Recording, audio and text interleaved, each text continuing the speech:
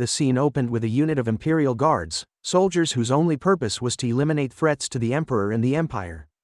Their existence had no other meaning. They executed judgment swiftly, without prejudice or remorse. The Emperor, watching with approval, applauded one guard's display of skill as the soldier bowed. Earth once underwent a rapid surge in technological advancement, a future many believed would bring hope. Nevertheless, endless wars over dwindling resources continued to ravage the planet. In desperation, humanity turned to the stars, seeking new worlds to conquer. In the end, Earth perished during an invasion by an unknown alien species. For years, the survivors wandered through space without direction, until they discovered a planet remarkably similar to Earth. Humanity named it Novus, meaning new home, and shared its coordinates with every remaining ship. The scattered remnants reunited, forming a fragile society split into new factions. The first was the Bellotto Federation, where humans and alien species coexisted. The second, the Accretion Empire, commanded legions of machinated soldiers designed to serve without question. The last was the Holy Korite Empire, led by priests wielding force energy and unshakable mental discipline.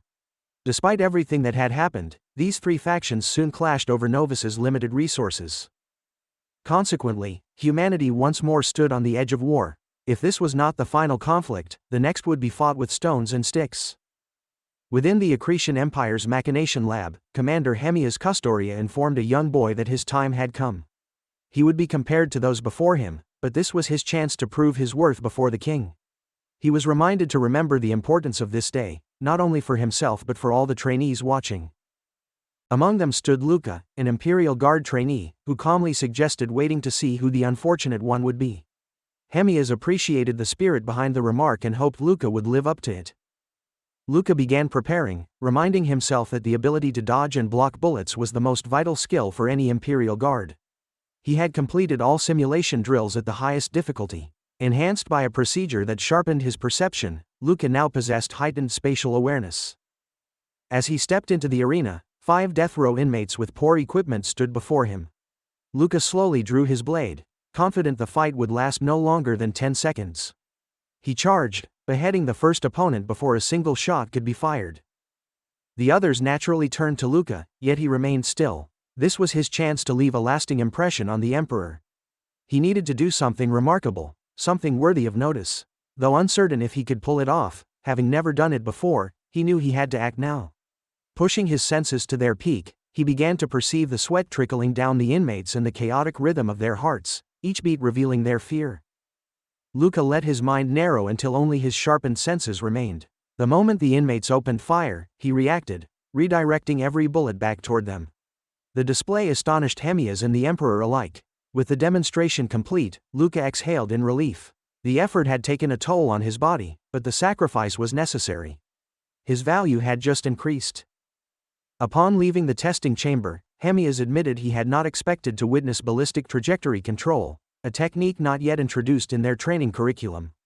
Luca replied that he had merely copied the one who came before him. However, Hemias dismissed the comparison. That individual came from a renowned lineage and had been privately taught advanced techniques. Luca, an orphan, had no such privilege. This only made his performance more impressive. Hemias confessed he was beginning to like him, recognizing his innate talent.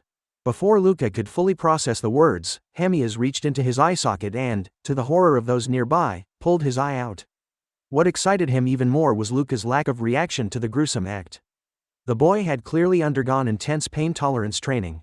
Hemias appreciated that kind of resilience. Luca, unfazed, asked for an eye that could predict trajectories, revealing that he had been planning to remove his own eye anyway. Later that day, a trainee named Ilay entered Luca's dorm. The visit seemed unplanned, as Luca was half-dressed. Still, he invited Ilay in while he finished changing. Ilay sat on the bed, expressing his admiration for Luca's earlier performance. Luca, however, warned him against empty praise and addressed him as young master, already aware of Ilay's noble origin, Ilay Karthika of the famous Karthika household. Trying to keep things civil, Luca held back his envy and exhaustion. Ilay handed him a pill meant to reduce his sensitivity and help him sleep. At first, Luca declined, but Ilay insisted, reminding him that mental fortitude had limits. Accepting it, Luca immediately sensed its quality. It was no cheap street product. In return, he acknowledged Ilay's abilities, admitting he had only mimicked him. Ilay explained that, Thanks to his mechanical combat eye, it had not been difficult, but he, on the other hand, had relied solely on instinct, which made his performance all the more remarkable. The commander recognized his potential and labeled him an irregular, one of the rare few worth watching. From his own resources, he granted Luca a mechanical eye. Luca insisted it was only a result of his effort. Nobles held privilege, while the lower classes were left to survive however they could. As someone born without status, he could not afford to miss such a chance. Ilay remained quiet for a moment, then repeated the comment about noble excellence. He had passed the selection himself, but he knew others who had not. Some, he believed, had manipulated the process with money. Luca found it difficult to imagine, but Ilay spoke with conviction. Those like them, without support, succeeded because they had no other path. Skill was their only currency. Luca had not expected to hear a noble suggest that not all nobles were worthy. He did not yet understand where this was leading. Ilay extended his hand and told Luca that people like him were the ones who truly deserved to rise. He would support him moving forward. Luca accepted the gesture, though his plans were already in motion. He would succeed for the Empire. Ilay regarded him with quiet sadness, sensing the weight of Luca's purpose. This was the story of a boy crafted only to serve as a weapon in the harsh dominion of accretion. The next morning, the trainees assembled at the shooting range. With the new eye, Luca landed every shot with precise accuracy. He pulled the target closer to reveal every mark centered. Ilay, watching closely, admitted that Luca had lived up to his title as top trainee. He asked whether Luca had adapted to his new eye and jokingly called it unfair for a close-quarters fighter to shoot so well. Luca answered that a guard must be proficient with every weapon. He added that Ilay should not forget his own achievement, landing every shot through the same point. Ilay laughed, claiming that guns were his strength. Luca warned him not to take it lightly. He intended to surpass him. Ilay welcomed the challenge and repeated what he had said before. The Empire needed more soldiers like Luca. Skill and talent were losing their place in the Empire. Status and wealth decided everything. Even the worst performers could rise with the right family behind them. But if more people like Luca appeared, the difference between real ability and empty prestige would be clear.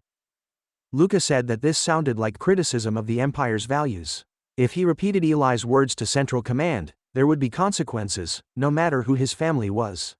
Ilay smiled and replied that if Luca intended to do that, he would have stayed silent. He thanked Luca for caring enough to consider the risks, but Luca only found him troublesome. 2 years later, in the third phase of training, the recruits were loaded into armored transports and driven to a remote battlefield. Hamas announced that Luca and Ilay would lead the units. Anyone with a problem could step forward, but none did. He explained their task. On the other side of the gorge was a korite settlement, positioned unlawfully on their territory. This was not a simulation. They were to eliminate all targets. There was no need to capture anyone. Most of the trainees obeyed without hesitation. Ilay seemed uneasy. He whispered to Luca that he could not believe they were being sent on a real mission. Luca reminded him that they had already killed people before. Ilay understood that, but this felt different. These were outsiders, not fellow citizens. Every faction on the planet, even their enemies, shared human origin. It made the conflict feel wrong. Luca warned him not to let emotion cloud his judgment.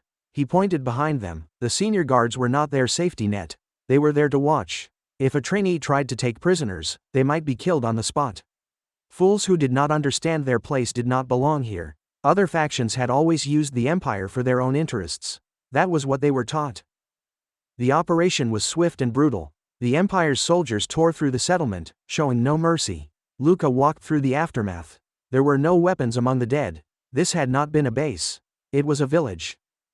He found a child sobbing for his mother, paralyzed by fear. Luca saw his younger self in the boy. He was harmless, incapable of resistance. There was not even a gun to end it quickly. Still, the orders were clear. No survivors. He raised his blade but stopped. He told the child to lie still and pretend to be dead. It might be the only way to survive. Luca knew what he had done would not be forgiven. If the Central Command learned of it, he would be punished. As he turned to leave, he considered returning to finish the job. Before he could decide, a gunshot echoed. Ilay had done it. He understood what Luca had tried to do. This was not the right answer. Luca's breath caught in his chest. If anyone else had seen, it would be over for both of them. Still, he trusted Ilay. But trust did not erase caution. He would not have to watch him for long. An explosion shook the area, and a shadow appeared beside him. A force wielder. The figure cursed them and attacked. Luca understood. This one had caused the destruction. And if he carried no weapon, that could only mean one thing. Another trainee tried to ambush him. Without looking, the force wielder destroyed him. Luca realized the truth. This was not a base. It was a home. The people they had killed had only wanted to live. As he regrouped, one question refused to leave his mind. Did the captain know? If he had warned them earlier, they would have moved with greater caution. Luca, advanced beyond the others, could keep up with the explosive movements and noticed that the force wielder was struggling as well. The man was forcing his body into a tempo it was not meant to maintain. If this continued, his body would collapse before his spirit did. Luca had no time to hesitate. He needed to act while the enemy was still burning through his strength. He had to move even faster, beyond instinct, until not even close-range strikes could reach him. His hesitation had led Ilay into this state. He had studied force users time and again. Now he would do whatever it took to make up for his mistake. Before charging, he ordered the others to break formation and hunt down the remaining threats. The force wielder reacted quickly, channeling his energy. Luca knew exactly what was happening. He was bait. As the others escaped, the force user was preparing a surge. All power use required an activation, and in this case, it was the hand movements. If that moment could be interrupted, the outcome would change. Luca disrupted the preparation just in time. The force wielder still managed to strike with his other hand, nearly ending the fight in an instant. Yet when his eyes locked on Luca's young face, his hand froze. The strike never landed. In that fleeting hesitation, Luca pushed the blade deeper and ended it. Gasping for breath, he realized that if the man had followed through, he would no longer be breathing. Korite was made of zealots, unwavering and cruel. So why did he stop? Luca began to understand the purpose of the Empire's teachings. Emotions had to be buried, not because they made one weak, but because they caused hesitation. Everything was for the Empire. Anything outside of that was a distraction. Yet through the stench of smoke and the cries of the wounded, Luca's thoughts drifted. Questions formed. The mission ended. In the recovery chamber, Ilay sat upright, bandaged and half rebuilt. He asked how it felt to stand on the edge of death. Luca replied that Ilay was closer to that edge, nearly cut in two. Ilay laughed, saying he now had new arms and legs. Luca admitted that his back had been destroyed. He had received titanium supports and artificial skin. They both joked that if their bodies would eventually be replaced entirely, it was better to start early. Silence followed. Ilay then mentioned that the commander might have known about the force wielder. They had not been briefed on it. Perhaps it was part of the test. Luca had suspected the same. Since the senior guards had not intervened, command must have believed the trainees could handle it.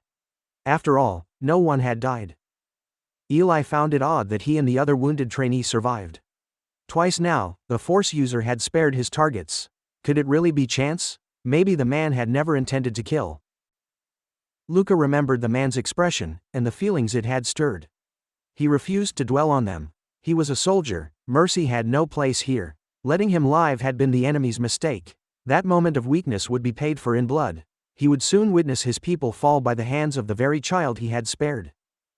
His thoughts were interrupted when Ilay asked why he had closed the eyes of the Korean girl. She was already dead. Luca responded that Ilay had been talking too much. Did he receive a new tongue along with his limbs? That act had been an error. It would not happen again. With 2 years completed, the trainees were now seniors. They were to become examples for the newer recruits. Luca and Ilay remained top 1 and 2. The examiner had hopes for them. Perhaps they would rise to the rank of centurion. They nodded in agreement. While Luca thought of what that title meant, he reviewed the structure of the Imperial Guard. 10 centuries made up the Guard, each with 100 members, led by a chief centurion. The commander served as both leader of the Guard and the head of the first century. Recruits like Luca, after completing full body enhancements, were assigned to the 10th century, the lowest rank. But if he could become the centurion of even the 10th century, it would be a monumental step. He and Ilay sparred once more. Ilay fought with a new fury, perhaps due to his new arm. Luca noticed but stayed focused. Experience always prevailed. His fist stopped just before landing on Ilay's face, making it 24 matches and 124 wins for Luca. They stood on the rooftop afterward. Ilay believed he had a chance. Luca replied that strength came from effort, not replacement parts. Ilay sensed a change in Luca, a stiffness brought on by the examiner's words. The idea of centurion had reached him. Luca claimed it was only natural. A true imperial guard could go anywhere. Ilay reminded him that he was free from his past now. Luca glanced at him and said that unlike others, he had no home to return to. He had no choice but to keep climbing. Ilay had talent, but lacked direction. Why did he want to be a guardsman at all? Ilay had heard this statement many times. He once dreamed of becoming a scholar, an archaeologist. He wanted to explore the ancient arcane civilization. But such study was forbidden. His house had bred many generals. They would never permit anything else. Luca called him spoiled. Others barely survived the day. At least he had food. Ilay expected that reaction. He had only shared a secret with someone he trusted. Luca warned that others might see his words as a threat to the empire. If reported, there would be punishment. Ilay reminded him that he too had secrets. Luca claimed his hesitation had come only because the target was not a combatant. That error had been corrected. He would not hesitate again. Luca remained loyal to the empire and the emperor. They had given him purpose, a stage to display his strength. Any enemy of the empire was his enemy, too. Yet Ilay smirked, unconvinced. If Luca's devotion were as deep as he claimed, he would have already ended the conversation with a blade. Ilay warned him not to push himself too far. The body had its limits, after all. Luca scoffed and called him a fool destined for an early grave if he kept up his reckless pace. In their third year, a reconnaissance mission led them to a neutral zone thought to be uninhabited. There, hidden beneath crumbling stone and creeping moss, lay an arcane site. Despite its ancient origin, it still pulsed with a strange energy. Ilay's eyes lit up with fascination. He called it living proof that star-bound civilizations existed long before theirs. Luca ignored the awe. For him, it was simply another task, another test.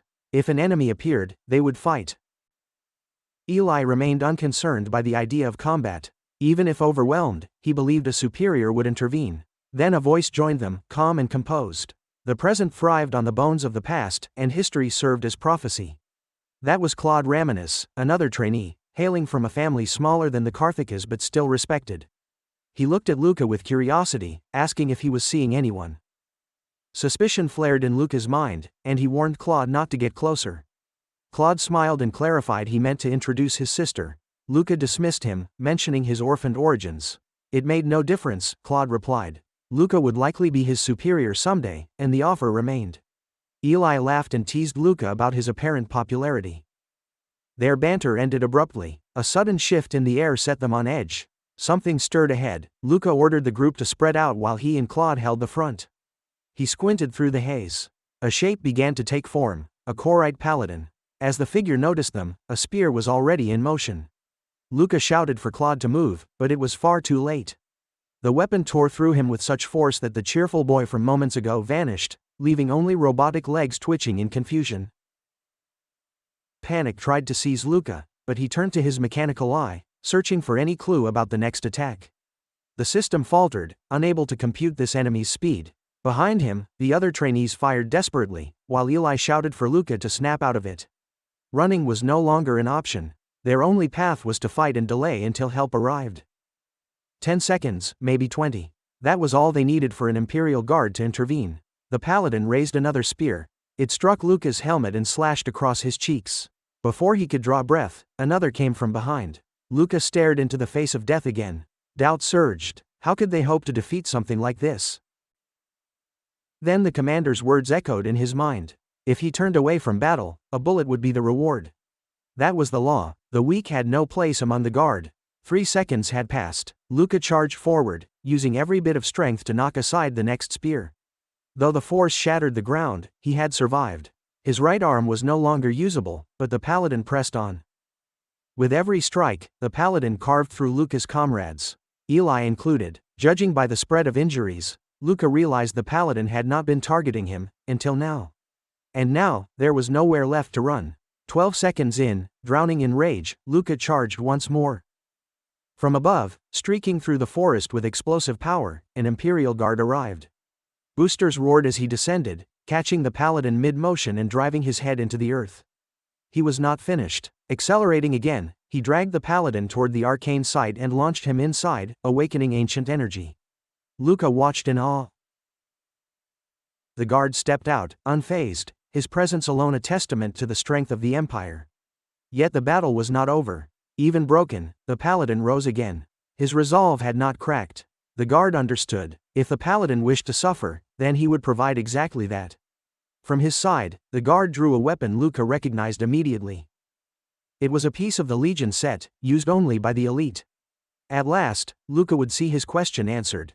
Who was stronger, the elite guard, or a paladin of the force? Steel clashed, blade against blade. The guard pressed forward with brute force, assuming the paladin to be weakened.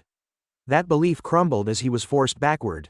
Their battle became a blur, blades flashing through the air until they landed, colliding with such force that the ground trembled beneath them.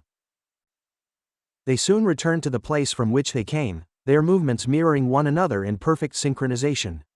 Fighting at such impossible speed, Luca finds himself stunned. He cannot even begin to follow their motions. This, he realizes, is how a true Imperial Guard battles. Although he believes in the Guard's strength, he can only hope that victory will follow. The Imperial Guard overextends during a swing, offering the paladin a moment to retaliate and shatter his blade. Nevertheless, that brief vulnerability opens another opportunity. The guard reaches out, seizing the paladin by the head and driving him downward, seeking to end the confrontation for good. Yet the paladin, refusing defeat, halts his fall with the last remnants of his strength. Through the force, he reaches for a spear that lies behind Luca. In that moment, only one thought flashes through Luca's mind. The Imperial Guard, unfamiliar with the weapon's history, may not realize the danger it poses. Luca does. He knows that if the spear hits its mark, the guard will fall, and with him, their hope. Determined, Luca steps forward. Before the spear can be retrieved, he places his foot along its path. Perhaps this will deflect its aim. As it hurtles toward the Imperial Guard, the weapon narrowly misses him, and instead lands in the paladin's grasp. Now armed, the paladin charges the spear with a power so dense it distorts the air around him. The Imperial Guard recognizes the threat and refuses to grant him a second chance. He channels his own might into a single devastating strike, launching a punch that drives the paladin into the ground. A wave of force erupts upon impact, silencing the battlefield. Luca, too injured to move, can only wonder who survived that final clash. He prays that the footsteps approaching belong to the guard and not his enemy. Relief floods him when the towering figure of the Imperial Guard draws near. The guard acknowledges Luca's aid, stating plainly that the victory would have been impossible without him. Turning his attention to Luca's condition, he asks about his injuries, especially the wound to his abdomen. Luca explains that it came from trying to evade the force slash earlier. The guard offers him a hand, prepared to carry him back to base. That is when Luca sees something that sends chills into him. The armor, Legion, a full-body mechanical shell gifted only to Imperial Guards. All flesh removed, replaced with seamless machinery. The body, honed into a weapon with no flaws. Every cadet dreams of donning such armor, as both proof of devotion and symbol of acceptance. Yet what Luca sees horrifies him. The guard's head is missing. Luca blurts out the question, voice trembling.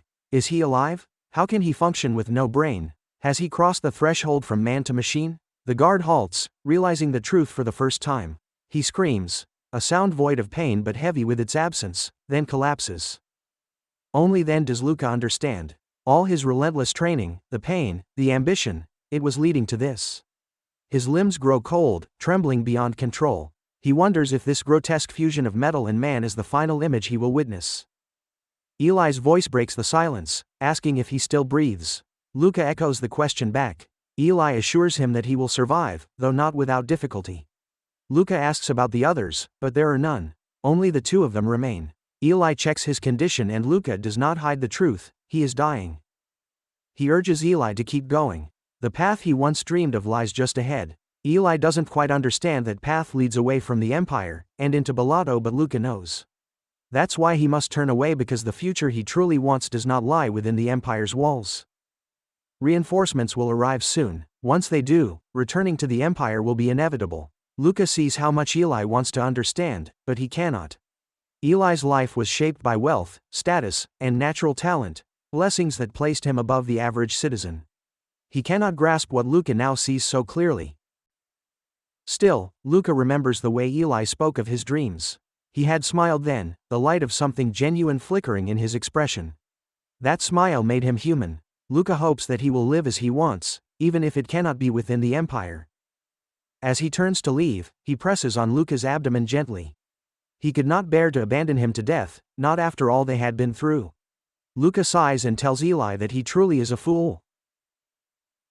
After the mission, Luca receives replacement limbs, though he often finds himself browsing the catalog for more.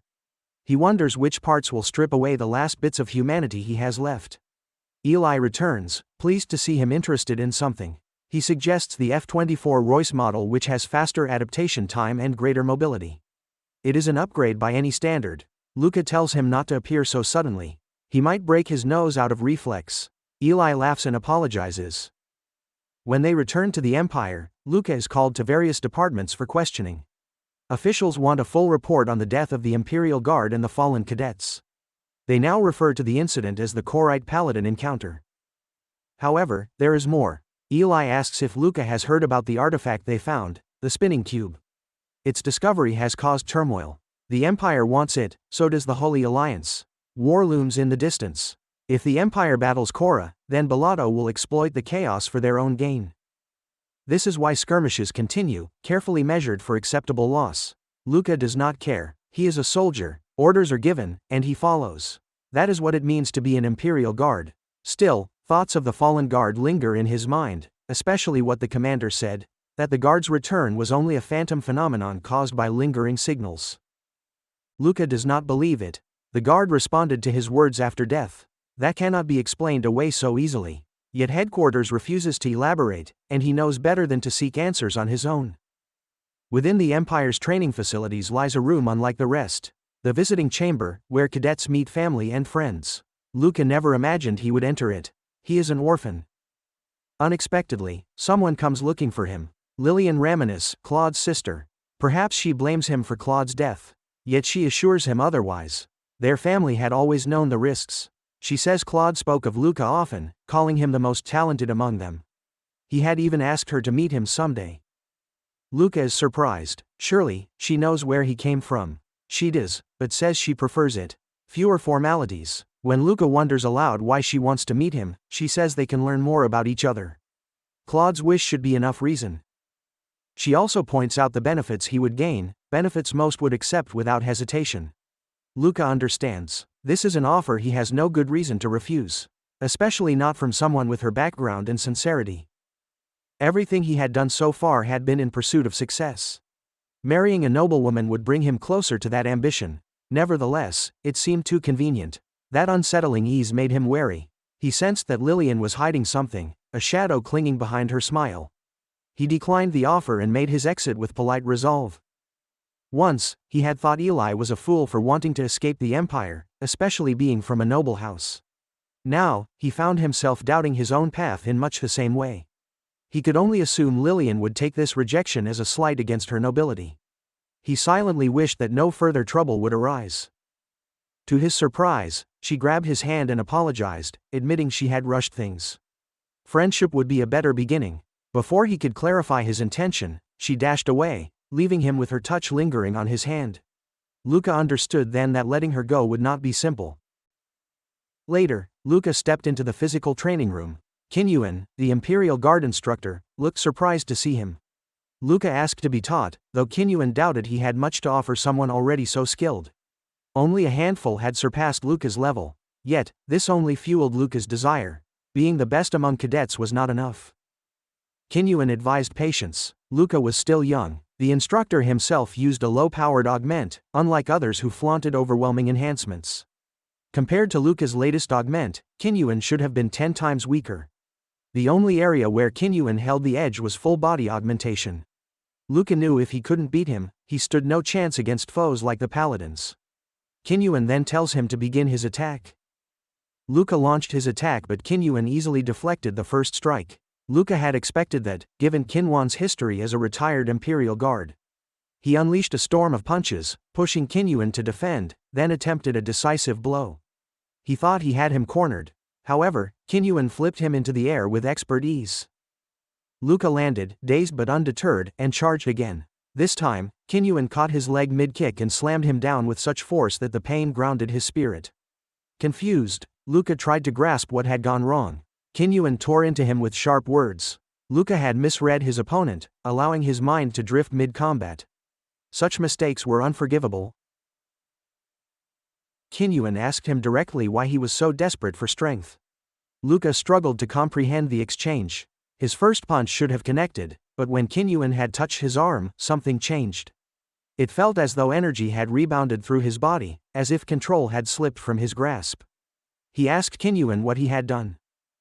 Kinyuan explained it was a self-defense technique. Luca's curiosity surged. Could he learn it?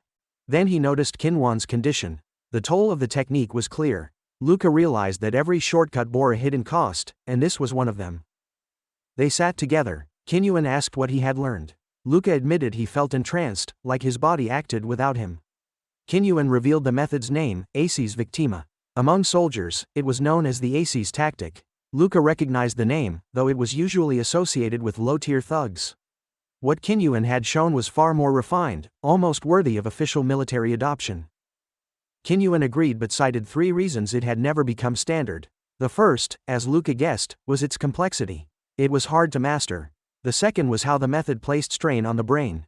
Kinyuan nodded at Luca's observation. The third reason, however, remained unspoken. Luca was not ready to hear it yet.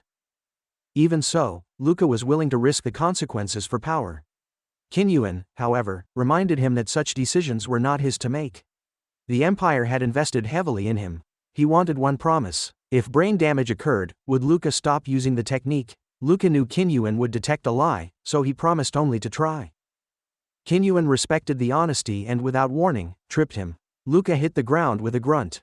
From that moment on, he would need to expect attacks at any time. This was Kinyuan's way of agreeing to train him. Luca stood, understanding the message that Kinyuan appreciated fast learners. 1 month passed. Ilay remarked on Luca's sunken eyes and sleepless appearance. Luca dismissed it, claiming busyness. In truth, his days were filled with relentless training. Kinyuan never taught him directly. Instead, he forced Luca to learn through observation. The Aces combat method was unlike any discipline Luca had known. Traditional techniques relied on mastering individual skills. This one demanded integration of all abilities into a seamless flow, a living combat algorithm that responded to the situation within moments. It drew not from physical strength but from the mind's dormant potential. Luca asked Ilay about his latest mission. Ilay described it as dull. Just another faulty droid. Most of their assignments had become trivial. Luca guessed the korite's leadership was being cautious after recent events. Perhaps that was why the chief centurion had vanished. Ilay suggested that was exactly the case. He had heard whispers from his family. A rebellion was brewing inside the Empire. The details were scarce, but a faction was clearly moving against the established order. Luca listened and processed the implications. He did not speak further, yet the weight of this knowledge hung heavily in the air. Just as tensions with the korites edge toward open war, some fools begin to whisper of rebellion. It is foolish beyond measure. Ilay proposes that he cannot simply dismiss their notions as madness. If he does, he fears it will rot him from within. Luca immediately pins him to the wall, hand tightening as he prepares to strike. He has warned Ilay too many times. While he can tolerate a desire to leave the Empire, should Ilay become its enemy, he will not rest until his head is separated from his shoulders. Ilay then reveals that he too passed the aptitude test for the Imperial Guard. He believed this direction would serve the Empire better and Luca should calm down. In response, Luca advises him to keep such opinions to himself. He has no desire to see Ilay's name scribbled on any list of traitors. Ilay understands. These are things he can only say in Luca's presence. Though still irritated, Luca listens as Ilay tries to lighten the mood, promising food this weekend. However, Luca already has plans and insists he stops talking. His presence alone is irritating enough. Ilay suspects it involves a girl, but Luca is clearly just waiting for him to leave. The next day, Luca makes his way to the lower sector with Kinyuan. It has been a long while since either of them walked these streets. As sons of the slums, this place was once home. When Luca became a trainee, he swore he would never breathe the same air again. He could not tolerate the stink of desperation. Kinyuan remarks that Luca is clearly the type who climbs high. Luca admits he didn't expect Kinyuan to bring him back, especially to this place. The lower sector stinks from unfiltered thermal waste, pumped from the magma beneath the city, and dumped carelessly here. As a youth, breathing this same air daily, Luca felt he needed to escape or he'd remain a failure forever. The place drags forth bitter memories. Kinyuan tells him to keep up and they soon arrive at a dark alleyway that reeks of secrecy. Luca suspects it's a black market. Kinyuan asks if it's his first time here and Luca admits he never came. Kids who did often vanished. He wasn't foolish enough to join them. What surprises him more is how well Kinyuan knows this maze of streets. For someone who served the Imperial Guard for decades, he navigates the filth with ease. Kinyuan had told him to use prosthetics with low energy for this venture. Luca begins to suspect a trap. They approach a guarded location. A sentry informs them that spectators enter elsewhere, but Kinyuan declares he wants to meet the supervisor directly. Curious, the guard asks how he knows Aleph, their boss. Kinyuan admits he doesn't, he just intends to meet him. The guard raises his gun, but before a shot can be fired, Luca strikes, bringing him to the ground. As another guard reacts, Luca seizes the dropped weapon and levels it in warning. At least one of them knows what he's doing, Kinyuan says. The guards, stripped of pride and pistols, shuffle toward the staff-only door. Luca asks what Kinyuan would have done had he not acted fast enough. Kinyuan shrugs and claims he would have found another way. Luca wants to know why this place is important and Kinyuan explains that the place is the most frequented venue in the Empire. It is called the Arena. They soon meet Aleph, who greets them with clear irritation. Kinyuan instructs him to schedule a match for Luca. He cares nothing for the reward and even less for whether Luca survives. The reason for the prosthetics becomes clear. Aleph, the supervisor, finishes a cigar and tosses it toward Kinyuan. Luca catches it, a small gesture with layered meaning. Aleph and his men point weapons at them. Aleph makes it clear they were never granted an audience out of generosity. According to him, this was merely a convenient method to dispose of unwanted bodies.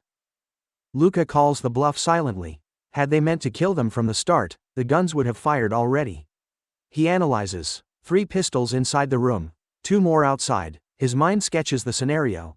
First, he kicks the table into Aleph, buys a breath of time, then smashes his face in. With Aleph as a shield, the others would hesitate. Then he uses Aleph's own gun to fire back. The outer guards would arrive too late and his simulation ends. Kinyuan mentions the previous supervisor. Aleph reacts to the name Tora. That man died, caught cheating. Kinyuan sees through him. He killed Tora and took the business for himself. Though they were friends, Kinyuan offers no blame. Tora did the same to Rise. That is how things work in places like this.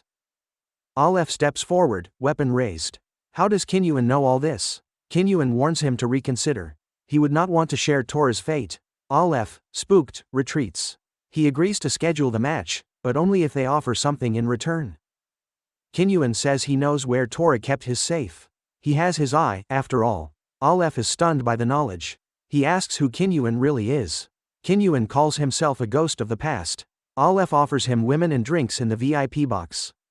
Kinyuan only accepts the drink. The boy, he insists, needs no special treatment. He should face the arena's best. Luca watches, absorbing every moment. Kinyuan controls everything with words alone. That is the difference. Luca lacks that power. In the waiting room, Kinyuan tears a camera from the ceiling. Luca wants to know what treasure lies in Tora's safe. Kinyuan says it is enough to change a life. As for the fight, he promises to explain after Luca wins. His opponent is Gabriel, called Steel Fist. Kinyuan warns that the arena is full of fools using illegal modifications that drain their lifespan. Gabriel is likely one of them. He reminds Luca of Ace's teachings, to be content with what one has. Luca disagrees. Contentment is defeat. Kinyuan replies that water never loses. It merely shifts form. He says he saw Luca's potential when he deflected those bullets. He was surprised when the boy asked him for training. As a man of talent, Luca came to the right mentor. Though Luca feels unworthy of the praise, Kinyuan insists he deserves it. This might be their final meeting. Luca smiles weakly. He understands. The match begins. The announcer introduces Luca. This is his first fight. He dares to challenge Gabriel. They mock him, calling him good boy. Luca hates the name but stays silent. The crowd jeers. They want blood. They want to see him broken. Luca knows what this is. The dark thrill of watching others suffer. The crowd revels in the promise of violence. He can feel it. He has returned to his true home. As a child, he never remembered feeling full. Officials delivered supplies twice a month, but the orphanage principal sold most of it for profit. Hunger was constant. Still, Luca trained. He read every dusty book and lifted heavy metal scraps. The others laughed. Why grow stronger just to starve faster? Luca had a simple answer. Power would feed him. In his world, strength was everything. The strong ate, the weak starved. He endured their scorn. He was just another child from the lower floor, but they feared him. At 12, he passed the aptitude test and earned a place on the list of potential Imperial Guards. By 15, he became a trainee. Those miserable children from the slums could never imagine the life he lived now. He had left them behind. He had no intention of looking back until now. Returning to this place took him by surprise. Nevertheless, he had a brute to face. Gabriel could hardly believe he had been matched against a brat. Perhaps Aleph had been out of his mind when he arranged this, but Gabriel did not care. As long as payment was guaranteed, he would play along. Luca began to observe his opponent. The man's limbs came from various manufacturers, patched together without regard for symmetry or balance. His spine bent under the immense weight of his modifications, and the skin where metal met flesh was inflamed and raw. Painkillers were likely the only way he could sleep at night. Still, Luca could not deny the raw power radiating from him. This man had traded everything for strength. Up close, Luca noticed that Gabriel was not unpleasant to look at. He could serve his purpose for a night. That thought aligned with the fact that Luca would soon need a servant. After all, Gabriel would leave this place crippled. Gabriel, enraged by the insult, promised to smash Luca into the ground until he begged to serve him. Aleph's voice echoed through the arena, announcing the start of a miniature war. Would this boy survive, or would he be shattered? Luca understood his position. He was equipped with non-combat parts, facing someone whose modifications were made solely for destruction. A single hit would mean death. So, he decided not to be hit.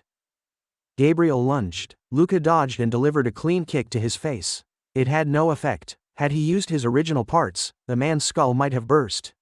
Retreating, Luca realized the arena was too cramped for evasion alone. Gabriel's attacks were relentless and lethal, and the audience wanted blood. Their jeers added weight to the tension. He remembered Kinwan's words. To be content with what he had. Hoping for miracles was a waste. Instead, he had to make do with what remained. Kinyuan had taken his high-tier limbs but left him his eyes. That alone revealed Kinwan's expectation. Not brute strength, but cleverness. Understanding dawned on Luca. Acceptance was not surrender, it was an adaptation. AC's combat philosophy was to maximize the potential of existing resources. Gabriel's fists were devastating, triggered by subtle tremors in his shoulders. His gaze betrayed his target, and his arm's length defined the range. The whole sequence was slower than a firearm and easier to anticipate. From the stands, Kinyuan watched with growing interest. Luca had once experienced AC's tactics. Now, he was demonstrating his own potential. Gabriel grew desperate, each missed strike fueling the crowd's frustration. But Luca's focus had never been sharper. He anticipated Gabriel's next move and mirrored Kinwan's tactic. It worked. He landed another kick. Excitement surged in him. This must have been how Kinyuan had seen him during their fight. Gabriel did not understand the strategy but resolved to end it. One of his strikes grazed Luca, but it was not enough. Power was lacking, yes, but Luca would compensate. In a swift motion, Luca spun midair and gripped Gabriel's neck. Gabriel was helpless. The next moment, his neck snapped under the pressure. Silence swept through the arena. Faces once filled with bloodlust now contorted in horror. But Luca did not care for their opinion. He would climb higher, and their scorn would never reach him. If this had been a true battlefield, his thoughts might have wandered. Fortunately, this was a controlled space, allowing him to win with precision. Leaving the arena, a thought lingered in his mind. Now that he had proven himself, he had to admit that Kinyuan was a fine teacher. Kinyuan welcomed him into AC's Victima, commending his growth. Luca understood now that acceptance meant survival through adaptation. Kinyuan handed him credit chips. Luca assumed it was payment. Kinyuan corrected him. The funds were for Gabriel's medical expenses. A gesture of goodwill, not charity. Luca showed no interest. He wanted to be a soldier, not a philanthropist. Kinyuan gently patted him, calling him naive. Acts of kindness were investments. Today was the return on what he once sowed in Torah. This moment made Luca reevaluate Kinyuan. He once believed Kinyuan trained him out of admiration for his talent or shared background. But now he saw the truth. Kinyuan was building an asset. One day, he would reclaim what he had sown. On that day, Luca knew he would not be able to refuse. Meanwhile, Gabriel lay on a hospital bed. The doctor examined him, noting incompatible signal wavelengths in his cyber body. His current systems drew too much power, risking critical failures. The doctor recommended switching to a model called Geonix Hyperlindel 9. Gabriel scoffed. He could not afford anything close to that. The doctor clarified that cheaper models lacked the durability for his level of modification. Gabriel explained he had grown up poor, cobbling together whatever he could find. The doctor offered a deal. He would purchase Gabriel's current limbs and replace them with used but compatible ones. Combat models, however, were off the table. Just as Gabriel grew frustrated, Luca entered the room. He greeted Gabriel warmly, mirroring his liveliness from earlier. Gabriel's rage reignited at the sight of him. He swore vengeance. Luca approached and offered the credit chips to the doctor. He asked if they covered the recommended model. They did. Gabriel protested, confused. Luca told him plainly, it was not out of pity. He just felt like doing it. Gabriel stood stunned. The gesture did not align with the opponent he faced earlier. For a moment, the rage faded.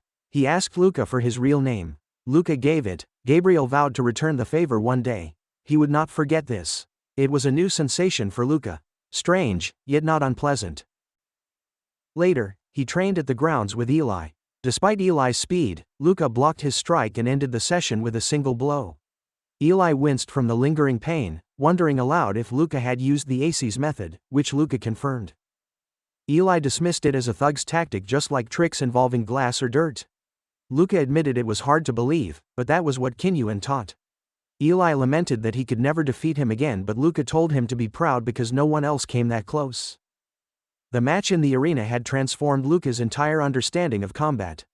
Every technique he had practiced, every lesson learned, had crystallized into a single, potent truth.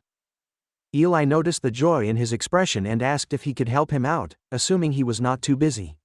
Together, they made their way to the visiting room, where Luca's mood turned sour upon seeing both Ilay and Lillian. Ilay offered a brief apology, explaining that their families had shared friendly ties for years, and he could not bring himself to decline her request. Lillian insisted she had submitted multiple requests to see him already. Why was he still avoiding her? Luca responded that he simply had no interest. He had hoped his silence would be understood as rejection. Ilay suggested he phrase things kindlier, but Luca warned him to stay out of it. The situation alone was irritating enough. Lillian's patience began to wane. She asked why he seemed to hate her. Luca replied that he had no time for a woman like her. Being an orphan meant that any misstep could be irreversible. Lillian argued that being with her would be an advantage, but she failed to grasp the cost. If he relied on her noble influence, it meant she could strip everything away from him on a whim. His freedom was not something he would compromise. She found his logic strange, especially given his closeness with Ilay. Luca clarified that he viewed Ilay only as a friend and reliable teammate, not as a tool for social climbing. Lillian took the hint. If what he said was sincere, he had no intention of giving her a chance. Luca finished his drink and rose from his seat. With quiet finality, he expressed the hope that they would not cross paths again. In the corridor, Ilay caught up with him, arguing that he had been too harsh. Luca replied that a softer approach would have only encouraged her. Ilay still struggled to understand. Why not meet her a few times? Luca's answer was direct. He could not figure out why Lillian was drawn to him in the first place. A noblewoman approaching someone like him because of her deceased brother's kind words seemed too calculated. Ilay nodded. It was fear, plain and simple, fear of the unknown. Luca interrupted, asking if Ilay had feelings for her. Caught off guard, Ilay's voice cracked as he denied it. Luca had already seen the signs. His eyes and his breath had betrayed him. AC's victima, it seemed, sharpened more than just combat instincts. If Ilay truly liked her, then he should stop hesitating and pursue her. Though he wanted to, Ilay believed it impossible for someone like him. Later, Luca stood at the edge of a scorching construction site, the heat so intense it shimmered in waves. Kinyuan was with him. This was meditation training, meant to teach calm under pressure. Luca asked how Kinyuan would have survived the impending fight at the gang office. Kinyuan remembered saying he would only share that if Luca had won. Still, sensing the burning curiosity, Kinyuan indulged him. Luca had seen the armed thugs and had not believed escape without injury was possible. He could not imagine any opening for survival without a weapon. Kinyuan, unfazed, said he would have simply ducked under the table when the shooting began. Luca was baffled. Aleph and his crew had guns. Hiding would mean losing any chance to retaliate. Kinyuan explained further. He knew Luca would try to take them down, even if it meant getting shot. If Kinyuan had hidden, and Aleph was nearby, the idea of using him as a hostage might have crossed a desperate mind. However, those gangsters had been trained to attack without hesitation. Any sudden act would have led to a quick death. Instead, Kinyuan would have taken down the most dangerous ones and escaped through a hidden route he had already mapped out. Luca was astounded. Not only had Kinyuan predicted his own actions, but he had also anticipated every possible consequence. Kinyuan rose and shared an old truth. In a forgotten language, Ares meant sharp eye. Aces Victima demanded the full power of the brain to reach the pinnacle of insight. Remembering this would prove useful in the future. As Luca stood, a thought struck him. If the technique relied so much on mental bandwidth, then equipping a Legion suit would make Aces Victima unusable. Kinyuan was impressed. He had expected Luca to need months to realize this. Once someone joined the Imperial Guard, they would receive a Legion suit, an advanced full-body armor powered by top-tier technology. The brain's full capacity would be used just to operate it, leaving no room for extra techniques. This realization hit Luca hard. Kinyuan had known all along what his reaction would be. Luca blamed himself. If he had known it could not coexist with the Legion, he would never have bothered learning it. Kinyuan sighed and asked if this was truly the end. Luca offered his thanks for everything, but Kinyuan only said to return once his mind had changed. 3 months passed before Luca entered a certain office. He had been busy and unable to visit until now. Chief Centurion Hamas welcomed him. Luca guessed the recent rebellion Ilay had mentioned had kept Hamas occupied. Hamas, however, wanted to know how Luca had been faring. Luca admitted he had been training alone, with no missions assigned recently. Hamas confirmed this was intentional. Luca was already skilled enough to be used as a valuable tool. Hamas had also heard rumors, especially about Luca's frequent interactions with Kinyuan. Luca understood that everything, from his black market visit to the arena fight, had been noted. Hamas guessed correctly that Luca had stopped practicing Aces Victima. Luca asked how he knew. Hamas already understood the technique could not be used with the Legion. Kinyuan, he said, was a contradiction. He discarded the untalented and left the talented behind once they outgrew him. That was why Kinyuan remained the only person using the technique within the Imperial Guard. Hamas made his intentions clear. He wanted Luca to continue training with Kinyuan, not for skill, but to maintain a connection. This was not a suggestion. It was an order. Luca's thoughts swirled. Was Hamas suspicious of Kinyuan? Why show such concern for a retired soldier? These questions he would keep to himself. Pursuing them openly would be dangerous. He agreed to the order, and Hamas was satisfied. Luca was the type who rose quickly and never stopped. When he returned to Kinyuan, the old soldier admitted he had not expected him back so soon. Then again, he had always said the door was open. Luca thanked him, sensing that Kinyuan had accepted him too easily. Something felt off. Curious, Luca asked what Kinyuan was doing in the lower sector. Kinyuan was drawn to the toys sold there. Did children still find joy in such things? Luca explained that as a child, he would often gaze at them from afar. Kinyuan called over the vendor and asked to buy everything on display. Luca was confused. That was until they arrived at an orphanage and everything made sense. Kinyuan tells him to place the box down in the inner field. They will rest after that. Without warning, Gabriel yells from behind, demanding to know what this is about. Why has Luca made him into a bellboy? Luca is baffled. Gabriel had offered his help, after all. Since delivery was out of the question, they had no other option but to use him. Gabriel had envisioned something grander, like dismantling an entire gang. Luca reminds him that he is aware of that. He doesn't need Gabriel's help in a fight, especially after their last spar. Taking a closer look at him, Luca notices how Gabriel's new spinal implant has enhanced his balance. His investment seems to have paid off. Gabriel asks Luca who Kinyuan really is, and if he is so notorious that even Aleph avoided him, why hasn't he heard of him before? Luca advises him to keep quiet because he doesn't want to be tied to someone like that. If he had to guess, this might be where Kinyuan grew up. Kinyuan appears to be doing charity out of a sense of obligation for having made it out. The children dash toward the toys, calling Luca handsome and Gabriel ugly. Gabriel is stunned by their bluntness. Luca watches 2 children fighting over a toy and sees a reflection of himself in them. Only power brings results. The world offers nothing to the weak. They will only get what they want if they seize it for themselves. Kinyuan approaches and suggests they talk somewhere quieter. Once alone, he explains he does these charitable acts from time to time. The pay here is modest, yet judging by the well-fed principle, there's a steady siphoning of supplies going on. Luca asks if this was his childhood home, but Kinyuan cannot remember. He visits nearby orphanages occasionally. Perhaps one of them was the one he came from. Who could say for sure? Luca studies him. He looks like a retired soldier, stripped of his glory. His nervous system appears worn, likely from sustaining intense neurological overloads. This might also become Luca's own fate, and yet, reaching Kinwan's age would already be a fortune. Kinyuan has rested long enough and wants to get to the point. He then asks Luca who ordered him to return and if it was Hemia's. Luca freezes for a moment before diverting his gaze. He asks what Kinyuan means. He must remain composed. If he reacts, Kinyuan will see it. He breathes slowly. Still, how did he know? How much does Kinyuan truly understand?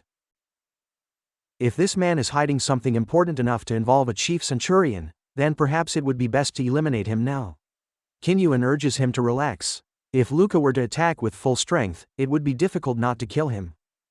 Luca insists that he is a soldier of the Empire and his duty comes first. Kinyuan chuckles. Luca is so uninformed that he does not even know which direction to walk in. He does not blame him. Soldiers are meant to follow orders. That is their nature. Luca embodies what the Empire desires most, the perfect, obedient drone. When he first came to Kinyuan, did he really believe it was by his own will? The moment he executed a projectile trajectory shift without a processor, the higher-ups began sculpting his path. He was identified as someone who might be capable of learning the forbidden technique known as Aces Victima. Luca might think it was the korite incident that led him here. However, every step had already been calculated. The Empire set it all in motion. Luca refuses to believe him.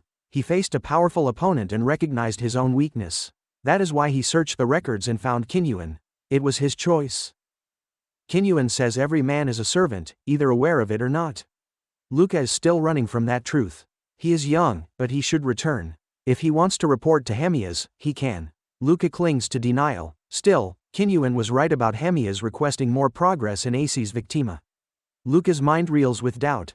He pushes away the thoughts, but they eventually crowd in. If even his desire to improve is not his own, then who is he? The next day, Luca sits alone in the simulation training room. He cannot report to Hemias.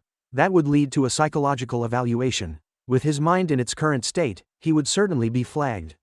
The Empire is ruthless with ideological threats. He could lose his role and be sent to forced labor. Kinyuan must have known this. To pass the psychological exam, he needs someone. He needs Ilay. Ilay exits his simulator, clearly exhausted. Suddenly, a bottle flies toward him. His body catches it before his mind registers it. Luca did not expect him to be training too.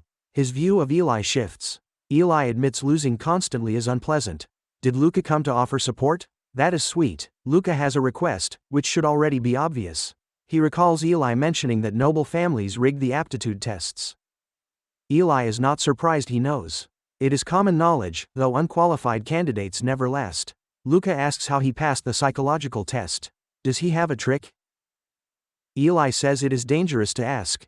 Yet Luca has checked. No one is listening. He assures Ilay it is for the Empire. Ilay does not probe further. There is a method, though Luca may not like it. He must create a simplified version of his ego to present to the world, locking away his true self as an observer. Luca cannot grasp it. Ilay clarifies, some people lose their identities after trauma. This method simulates that, but voluntarily. Luca questions the feasibility, but Ilay wouldn't lie about something so vital. Their minds are kept in a state of confusion. If Luca acts the part of a loyal soldier long enough, that identity will surface. 2 months before his test, Ilay woke each day and offered prayers to the Emperor, copying his father. It worked, but came at a cost. His real self began to fade. Luca wonders how Ilay learned this, though he says nothing. If this is the method, then there's no need to pretend. He simply has to return to the version of himself that existed before Kinyuan. The version that passed the test. Ilay does not want to know what Luca intends to do with this. He only warns him, interfering with the exam as a potential death sentence. Luca had not expected such words from him. Suddenly, a call from Kinyuan interrupts. Likely another training session. Indeed, they meet again in the lower sector. Today's training appears straightforward. Kinyuan informs him that the building belongs to a gang. Luca is unsettled by how casually Kinyuan treats him after everything. It is as if none of it ever happened. That makes it even worse.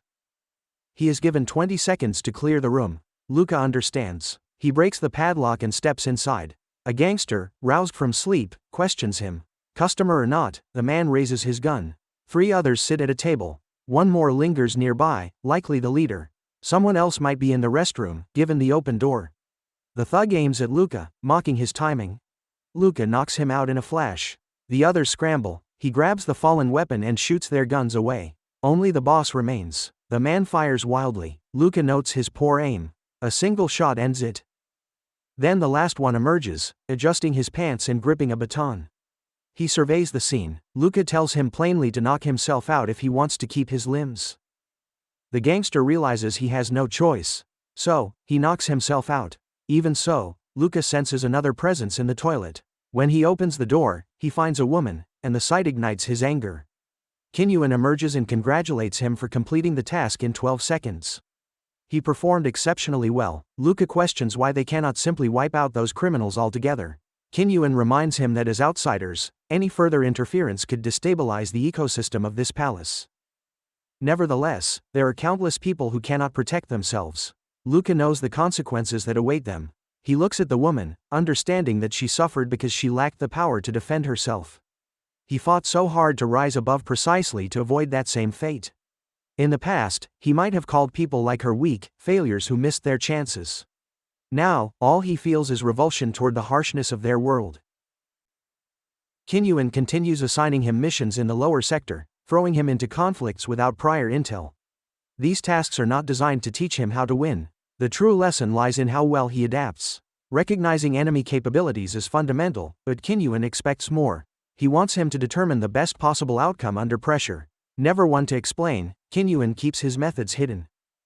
One day, they visit a repair shop where the woman Luca saved, Gilda, now works. Kinyuan orders a long black coffee with oil, while Luca asks for the same minus the oil. Luca wonders why they came, but Kinyuan thought he would appreciate seeing her progress. After her rescue, she shared her ordeal. She had been kidnapped and tormented for months because a friend who stole gang money stayed at her place. She became their scapegoat. That friend is long dead now. Kinyuan reveals she grew up in an orphanage and displayed a talent for engineering early on. He funded her education without revealing his identity. Luca is surprised. Kinyuan knew her story all along. Why did he wait so long to help? Gabriel suddenly appears, surprised to find Luca there. He asks Gilda for a beer, but she offers something less taxing, noting how overworked his neural system is. After her rescue, Kinyuan introduced Gabriel to her, and they became a team. She became his mechanic, and he, her bodyguard. Luca advises him to heed her warning, even though he admits a beer sounds nice. Their drinks arrive, and Gabriel questions whether they are the ones disrupting the local gangs. If so, they must be insane. The gang leaders are beginning to coordinate. If they continue, Gilda might no longer be safe. Kinyuan assures him there is no need to worry. They will not be returning here anytime soon. Gilda asks how long, and Kinyuan replies he cannot say. Could be months, perhaps even years. Luca notes that even if he wanted to return, his rank prevented it. Trainees are not free to wander. This could be his final visit. Still, he sees something admirable in Gilda's recovery. She endured horrors and still managed to rebuild her life. Gabriel remains in the field despite the danger. Perhaps Luca should not feel sorry for them. Maybe losing access to this place is a blessing in disguise. Later, he reports to Hamas, who acknowledges Kinyuan's continued usefulness. Luca entered training at a later age than most and would normally have been disqualified. Only the surrounding chaos allowed him entry. Even Hamas admits he barely understands Kinyuan. In his early days, Kinyuan quickly rose within the Imperial Guard and likely specialized in off-the-record operations. Luca is taken aback. Even someone like Hamas knows so little. Hamas is glad Kinyuan favors him. Previous trainees did not endure. While Luca shows promise, he remains vulnerable to harmful influence. As such, a psychological examination will be scheduled. Luca nods. He already anticipated this. Hamas decides to speak plainly. Trainees on such covert missions face two outcomes. They either vanish or ascend to the Empire's highest ranks. Hamas hopes Luca achieves the latter. Luca replies that he is merely following orders. If the mission succeeds, he expects Hamas to support him. Hamas agrees and goes further. He would adopt him into his family. Luca Castoria has a nice ring to it. Luca is stunned. The Castoria family is among the most powerful in the Empire. This offer is no small gesture.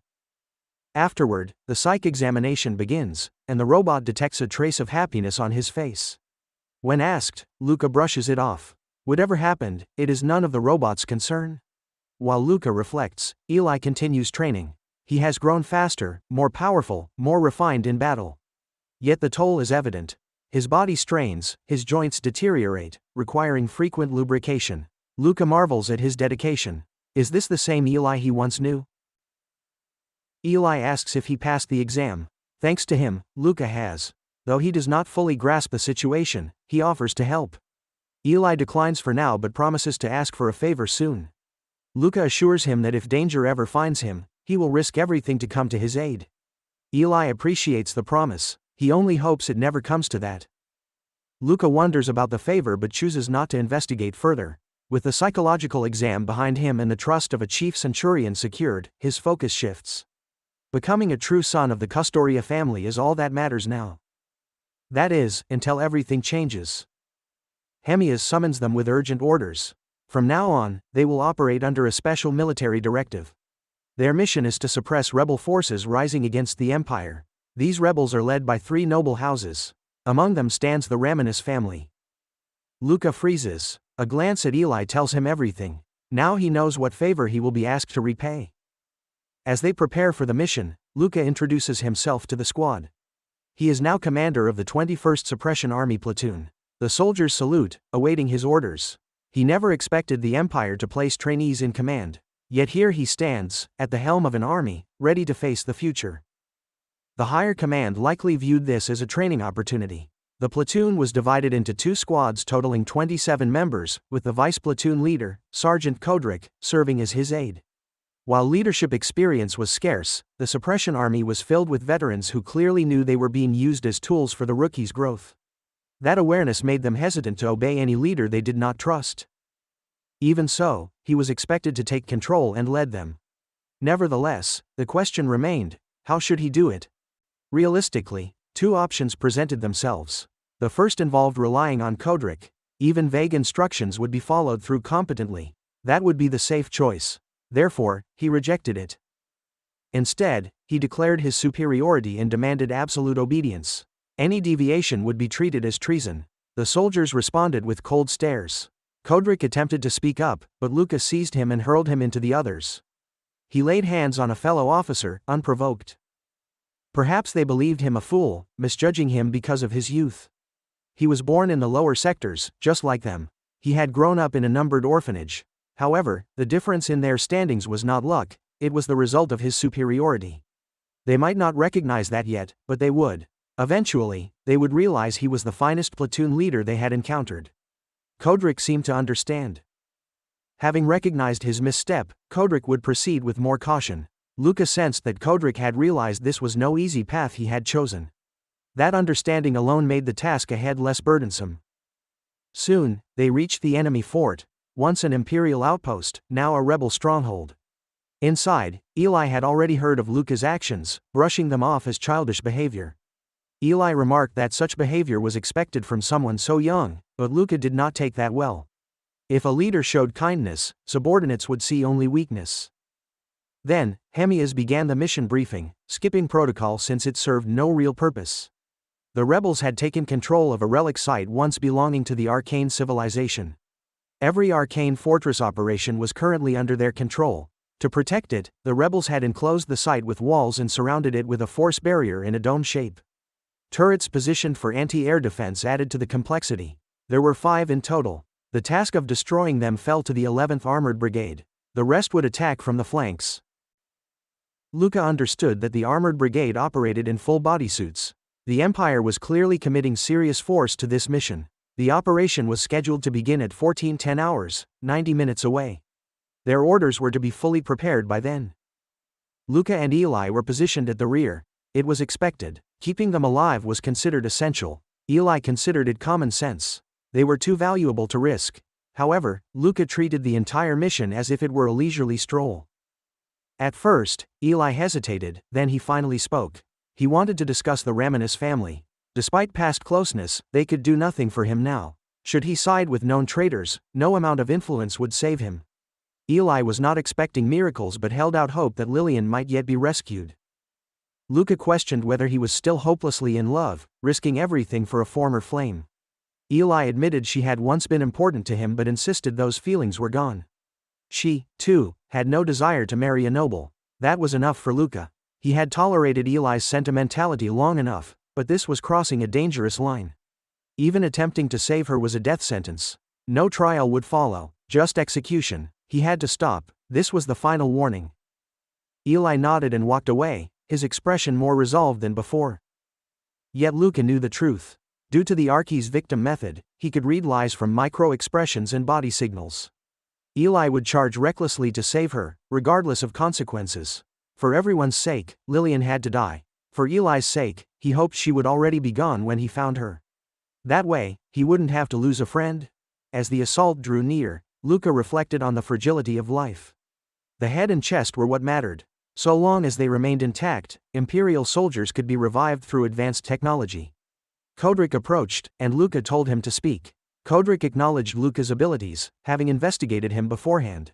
When asked what that mattered, Kodrick explained he only wished to be heard. In combat, his experience, 10 years of service, might offer something useful. He may not be as skilled, but he was not without worth. Luca agreed. A valid suggestion would always be considered. Soon, they arrived at their post. The armored brigade was first to deploy. Their polished metal suits shimmered under the light.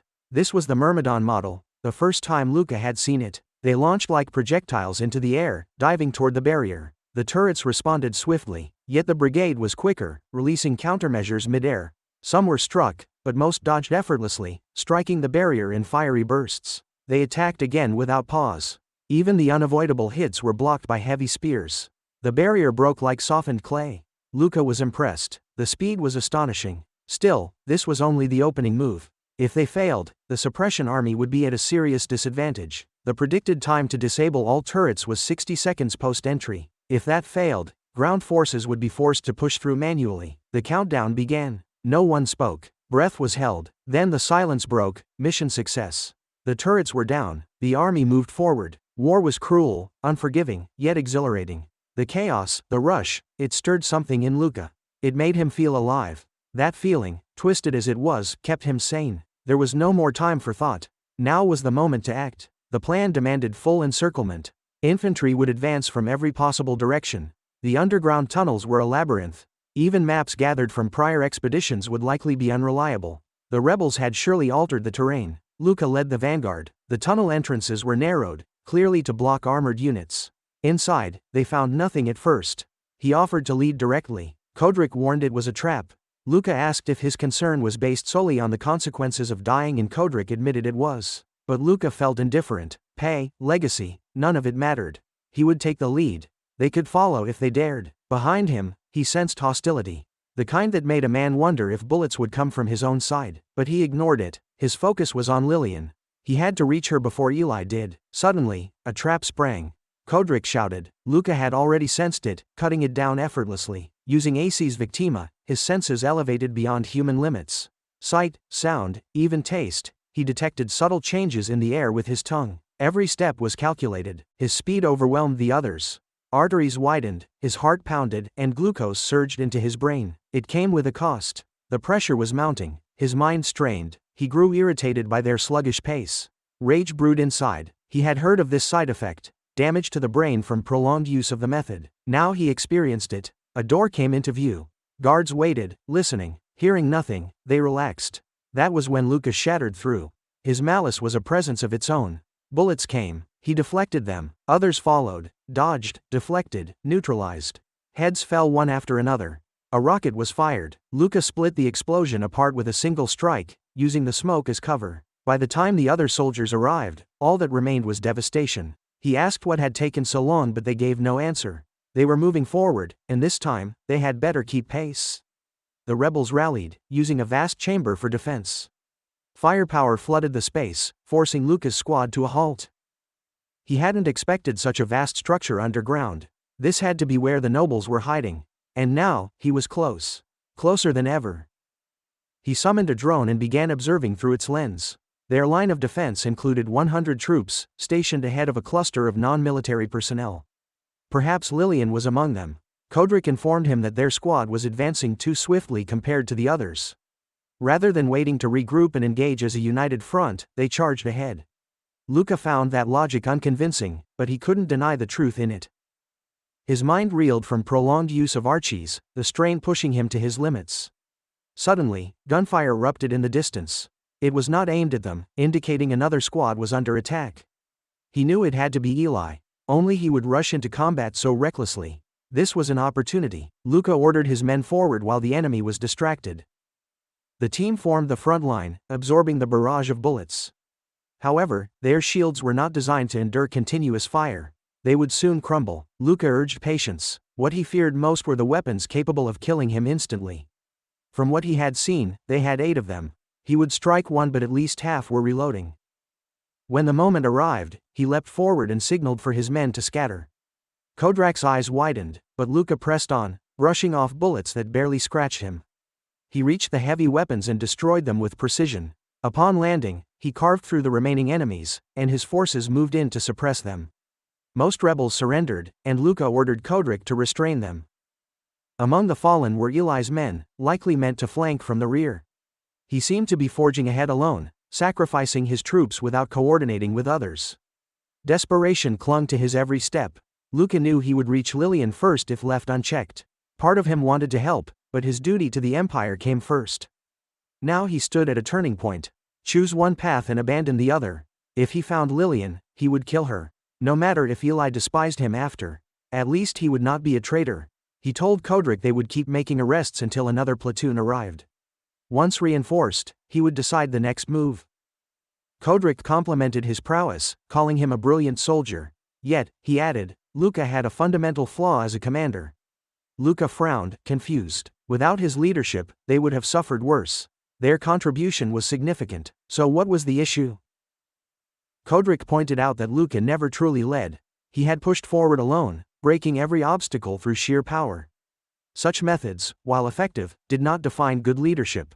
Luca snapped back, claiming his subordinates lacked the ability to comprehend real tactics.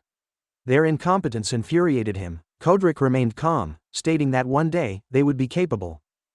Luca smirked and told him to celebrate when that day came. He promised to remember Kodrak's advice. If time proved his methods wrong, he would reconsider. Kodrak was surprised. He hadn't expected such openness in the midst of that immense ego. Luca marched through scorched corridors, littered with bodies of nobles and comrades alike. Similar scenes unfolded across the compound. The suppression forces were steadily eradicating the rebels. Despite his gruffness, he had to admit that Ilay was not just a comrade, but a friend. The first peer he could truly connect with. Now Ilay was throwing away lives for personal reasons. Those deaths were unnecessary. A standard platoon would not have lost so many. Even if he managed to escape with Lillian, there was no destination. She would die regardless. He understood Ilay loved her, but that did not mean he had to die beside her. His emotion had overtaken his reason. Suddenly, one of the rebels raised his head, bowing in surrender. Luca ignored the gesture and questioned him. Where had Lillian gone? The man claimed ignorance, but his shifting gaze betrayed him. Luca grabbed his face and gave him one more chance. The rebel admitted she had gone downward. That was strange. The only known exit led upward. Was there an escape route below? The rebel claimed ignorance. Luca then asked about Ilay's whereabouts, to which the rebel confirmed they had met. It was Ilay who left him in this state. Without hesitation, Luca killed him. It was a mercy. Death was preferable to torture. He felt no guilt. If anything, numbness had taken root. The battlefield had hardened him. Screams and shouts grew louder. He thought of Ilay. If his friend had crossed the line and killed his own man, what was Luca supposed to do then? That question had haunted him ever since Ilay grew close to Lillian. What if he turned against the Empire? Luca had always dodged the thought. Now he could avoid it no longer. He stepped into the main hall and found Ilay standing atop a table surrounded by fallen comrades. Ilay turned, not surprised to see him. Luca accused him of sacrificing his own men. He spotted the Ramonis family cowering behind Ilay, especially that arrogant child, Lillian. All of this had begun because of her. He swore to tear her apart. Ilay refused to abandon them. He said they would fight. Luca welcomed the chance to beat sense into him. Though Luca believed he could win without serious injury, he also knew that combat rarely followed predictions. He would not finish Ilay off in time. The delay would let the others escape. That could not happen. He needed to act quickly. Ilay opened fire, but every shot missed. One gun was meaningless against a trainee. Their enhanced reflexes made Ilay look like a farmer playing soldier. Luca had upgraded his cybernetics before this mission. His reaction time and reach were now unmatched. The guards also tried to intervene, but it was already too late. Luca slashed through one, redirecting his bullet into another. He advanced toward the remaining targets. He began with the father, severing his head in a motion that also split the mother. Only Lillian remained. Time was on his side. Though Ilay would attack soon, Luca could end this quickly. Lillian had once shown him affection. He might have felt guilty, but letting Ilay do something reckless would weigh heavier. At least he would make her death swift and painless. Then, she laughed, causing him to freeze. That laugh gave Ilay enough time to tackle him to the ground. Luca gasped out because of what he saw. Her family had just died. Yet she laughed. Ilay explained it's because she was finally free. Her family had treated her as a pawn. Luca struck Ilay and he fell. Luca tried to convince Ilay that Lillian was a traitor. Ilay countered, insisting Luca knew nothing. The Empire branded families as traitors under false pretenses. Their weak defenses proved they never intended to rebel. Had they meant to attack, they would have enlisted allies like Korite or Bellotto. Luca could not deny the truth in those words. Indeed, getting inside the fortress had been the hardest part. The rebellion had unfolded too easily. 3 noble families, yet such limited forces. The story did not add up. But what of it? Even if Ilay was right, what did that change? At this rate, he would die beside Lillian. Lillian looked at Luca and spoke. Her father was not innocent. He had discovered an arcane relic and hidden it. Ilay tried to stop her, but she retrieved the object from her father's body. This was the real reason their family was targeted. The relic controlled the fortress. Luca asked what that meant. She knew he spared her not from guilt but from fear of Ilay's hatred. Luca had to admit, Ilay could never live his dream within the Empire. But this presented a new option. They could now activate the teleportation device hidden underground. He had the chance to help them escape the grip of the Empire and allow his friend to pursue a life of his own choosing. Luca was taken aback at first, needing Lillian to reaffirm that a teleportation device truly existed in this place. She confirmed it, explaining that it was hidden in one of the tunnels, likely installed as an emergency exit should the fortress ever fall. She even welcomed him to strike her down if he believed this was a trap. Her aim was not self-preservation but to keep Ilay alive. If they managed to activate the teleportation device using the relic, both she and Luca could vanish from the Empire's control. All Luca had to do was report that he saw no one. He questioned whether the Empire would leave such a device in plain reach. In response, Lillian assured him that only the Raminus bloodline knew of its existence. Deep underground, even scanners would be blind to them.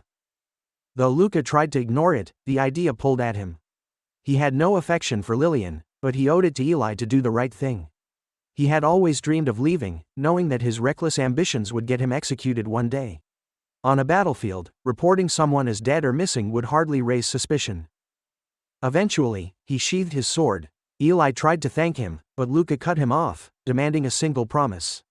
If the teleportation device did not exist or failed to work, then Ilay must never cross his path again. Lillian silently agreed. Ilay, though hesitant, finally accepted after looking to her for guidance. Their descent began slowly. Luca could scarcely believe it. Not only had he decided not to stop Ilay, he was now actively aiding a known traitor. Should their fellow soldiers get even a hint of this, they would all be dead before sundown. Lillian asked for a moment to wipe the blood from Ilay's face before it dried. Luca sighed. If they survived this madness, perhaps they should get married, since that seemed to be their shared dream. Lillian pulled away from him and offered Ilay a quiet apology. She had never expected things to end like this. Ilay took it in stride. She had been the one to teach him about life beyond the Empire. Lillian considered her lessons trivial, but to Ilay, they were everything. She had reshaped his understanding of the world and helped him identify the source of his own discontent. Without her, he would have likely descended into madness long ago. Her words had shown him that he was not strange, just different. This revelation, however, only deepened Luca's disdain for her. To him, she represented the infection of ideas that threatened the Empire's core. Ideals like hers would spread like rot, breaking the Empire from within and inviting outside forces to strike. That was unacceptable. Luca reassured himself that he would never become like them. If it came down to it, he would not hesitate to kill either one to protect his homeland. After a time, he found comfort in the distance they had put between themselves and the outside. Lillian had told him the passage was known to no one else. Its winding, complex structure made it virtually undiscoverable. Her father had kept it hidden, even after receiving clearance to study the ruins. Though he had overstepped his role by learning how to activate the fortress, the Emperor had anticipated his ambition. When Luca asked how much farther they needed to go, Lillian answered that one final corridor remained. She thanked him, but he dismissed it. This was only a debt being repaid. The next time they would meet, she would not be so lucky. He told Ilay to take care if he could. Lillian mentioned that if they made it out, she would head to the border city. If they were separated, they could reunite there. She extended the invitation to Luca as well, though he declined without hesitation. Ilay felt sorrow upon hearing that, while Luca simply felt worn thin. Perhaps helping Ilay had been a misstep driven by sentiment, yet the time for regret had passed. He now had to plan how to report the incident. At least he had the trust of the chief centurion, who valued him as the only one capable of infiltrating Kinyuan. Ilay and Lillian, in contrast, were just two nameless youths. Hardly worth a second glance. That fact might save them from serious scrutiny. As they neared the last door, Luca warned them to brace themselves. If the device was not there, their effort would collapse. He pressed the button to open it but was immediately overcome by dread. The sensation rose from within the doorway, a pressure that made his skin crawl. Light poured out too strongly for him to see, so he relied on his sense of smell instead. Fresh blood lingered in the air, soon joined by the metallic stench of oil and iron. These were not the scents of humans. They had found the worst possible outcome: Imperial guards. Facing even one was suicide. 4 meant certain death. The true danger, however, was that Lillian could be captured. She lacked training and would break under interrogation. Once that happened, their rebellion would be exposed to everyone. He had once thought he could help them find freedom. That idea now seemed like a dream. Their only hope was to eliminate him before anything escalated. He made eye contact with one of the guards. That was all it took for all of them to turn their attention toward the open door. Luca knew he had only seconds to act. Before he could move, a shot rang out. Lillian was dropped by a single bullet to the head. Ilay had fired it. The lead Imperial guard demanded an explanation. Ilay said he had executed a useless hostage. The guard remained skeptical, questioning why they had brought a rebel so far. Both would report their version, and leadership would decide what to believe. Luca stared at Lillian's corpse as the guards approached Ilay for questioning. The vision of escape had shattered. There would be no freedom, no future. Upon his return, Hamas welcomed him warmly. Even Kadrik had praised him, calling him the most competent soldier he had worked with. The only criticism in the report was a lack of trust in his subordinates, something that could be improved with time. They noted that Lillian had been led to the deepest part of the ruins before being executed. Hamas questioned her role and their connection to her. Luca, fighting the tremor in his voice, claimed it had all been a calculated move. He and Ilay intended to take control of the teleportation device by using Lillian as leverage. She had no means of resistance. Hamas seemed to accept this explanation. He asked whether personal feelings had compromised the mission. Luca replied that neither of them would risk failure over sentiment. He explained that they offered her a sliver of hope in exchange for cooperation, letting her believe she might live. Hamas studied him in silence. Luca silently prayed he had convinced him. In the end, Hamas dropped the subject. Before leaving, Hamas remarked that the Ramanis family had unusually skilled soldiers, pointing to how they had overwhelmed Ilay's platoon. Luca responded without missing a beat.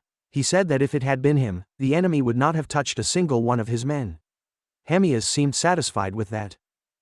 On the journey back to the capital, Luca fell into a deep sleep, worn down by days of constant tension. His dreams were filled with echoes of the past: Ilay, Lillian, the fortress, and the border city she never reached. She had died before ever stepping beyond the Empire's grip, slain by the one person she trusted. Luca had avoided meeting Ilay's eyes. He knew the boy only pulled the trigger because he was there.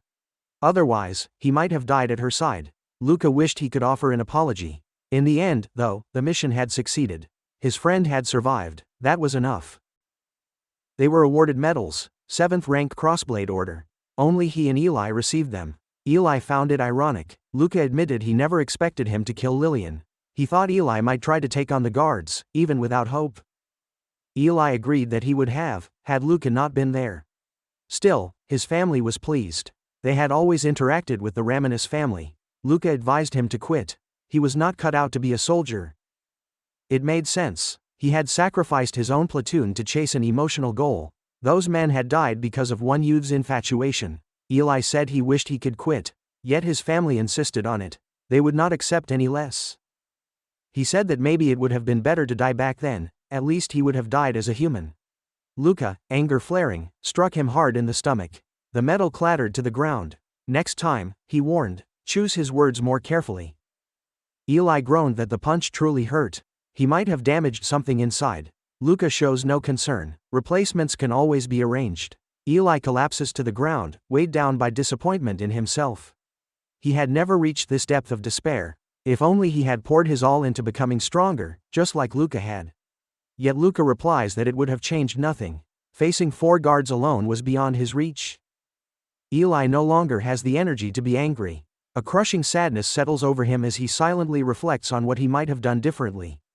Luca offers no response. Ilay is not like him. He is not a killer. The guilt of losing his men eats away at him. Despite sacrificing them, he had still failed to save his first love. The catalyst lies in pieces, and Ilay's fate now teeters toward ruin, whether of the body or the mind. There is no question that he was born in the wrong country. He doesn't belong here. As they descend from the roof, Ilay informs Luca of his decision to leave for a while and return home. 4 years have passed since he left, and 2 months should be a fair request. Luca, however, remains puzzled. He still wonders why Lillian had laughed as her family was destroyed before her eyes. Ilay explains the truth. She had been promised to a man 30 years her senior, a decision her family made long before she could speak. From the moment of her birth, her future had been sold. The man had offered a fortune in return for a replica of his deceased wife. Her name, her habits, her appearance, all molded to match another woman's ghost. She had no identity of her own, only an existence forced upon her. That was how she came to know so much about Bellotto. Luca recoils in disgust, yet this is the reality when desire weds the power of wealth. Lillian had endured a lifetime of abuse. Only Claude had shown her even a sliver of sympathy. Now Luca understands why Claude tried to push him toward her. Ilay chuckles. It had been their idea. He told Claude that he was the illegitimate son of the chief centurion. Luca almost curses him but instead asks if Claude really believed it. Ilay says it was easy. Everyone knows how the chief treats him. It also explains how someone from an orphanage managed to reach the rank of Imperial Guard trainee. With supposed ties to the Castoria family, such a rise becomes plausible. Claude likely believed that marriage would spare her from the binding deal. Luca finds himself at a loss. Ilay is his closest friend, but clearly not a virtuous man. He will manipulate when it suits him, even to the point of killing his own squad. Despite everything, Luca still trusts him. It is a strange contradiction. Meanwhile, Luca pays occasional visits to Kinyuan. He is tasked with monitoring him and remains diligent. During their meeting, Kinyuan offers congratulations to Luca for his medal but Luca shrugs it off. Everyone receives such awards eventually. Compared to others, his accomplishments are meager. Although it is an obligation, he doesn't mind talking with Kinyuan. The chief centurion once remarked that Kinyuan knows how to handle his men. Kinyuan thinks this is an overstatement, but since Luca seems to struggle, he shares advice. He asks whether the soldiers have trouble following orders. Luca denies it. They are excellent, willing to face death even under an unfamiliar commander. If so, Kinyuan says, then Luca might have been too cautious. Instead of utilizing their loyalty, he bore all the danger himself. Luca justifies his actions. By shielding them, he preserved their strength for graver threats. However, Kinyuan disagrees. Fighting too often burdens the commander's mind, dulling his ability to lead. In saving his men, Luca depleted a resource he should have safeguarded. Luca questions whether he should have let them take the risks instead. Kinyuan clarifies. He does not mean to let them die meaninglessly. They must choose to sacrifice willingly. Luca probably remembers Gilda and Gabriel, 2 individuals whose lives he improved. One escaped slavery, the other received vital medical aid. Naturally, they would want to help him. Luca agrees. Yet Kinyuan explains that gratitude alone is not enough for loyalty unto death. Bonds must deepen, and with that closeness comes a necessary distance. If Luca grows too attached, hesitation will follow. Luca admits that this is something he would rather avoid, which Kinyuan finds amusing. He offers a guiding principle: be cherished, but do not return the feeling. This is how one retains the upper hand in every relationship. Luca wonders what happens if guilt prevents him from sacrificing others. Kinyuan's answer is simple: He must grow accustomed to it. Otherwise, he will never rise above the rest. Luca rises and says that he will try to let more men fall next time. Kinyuan is pleased. The following day, Luca waits at a landing pad. Orders from Hamas have come through. He is to attend the academy. The notice catches him off guard, but the term is brief and promises new experience.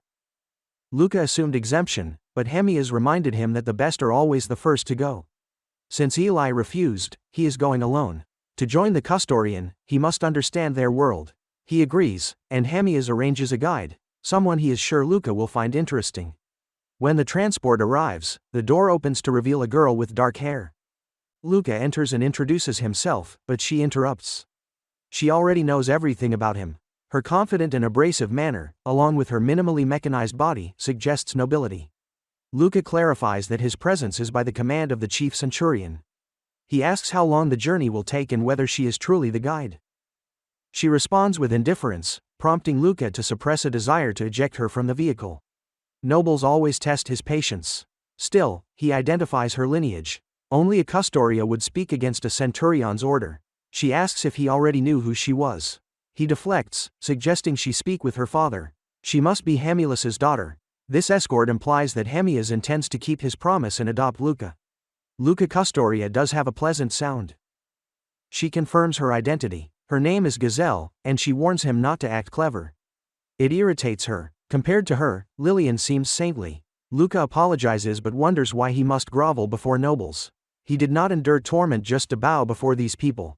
He accepted the assignment to escape this life. He trusts Hamas will understand. He discards the facade. They will carry out the mission. She will lead, and he will follow. Gazelle is irritated, but refrains from responding. She refuses to lower herself further. Luca can already tell that dealing with her will be more of a headache than anything else.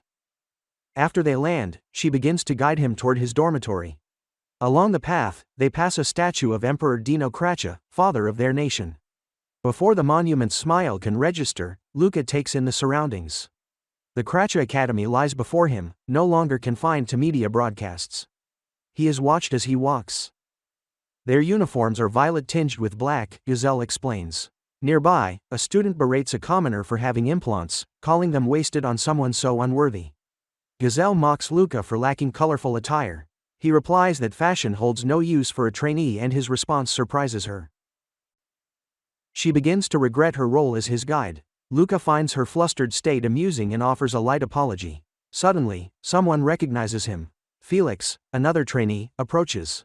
He thought Luca would avoid the academy since Ilay declined.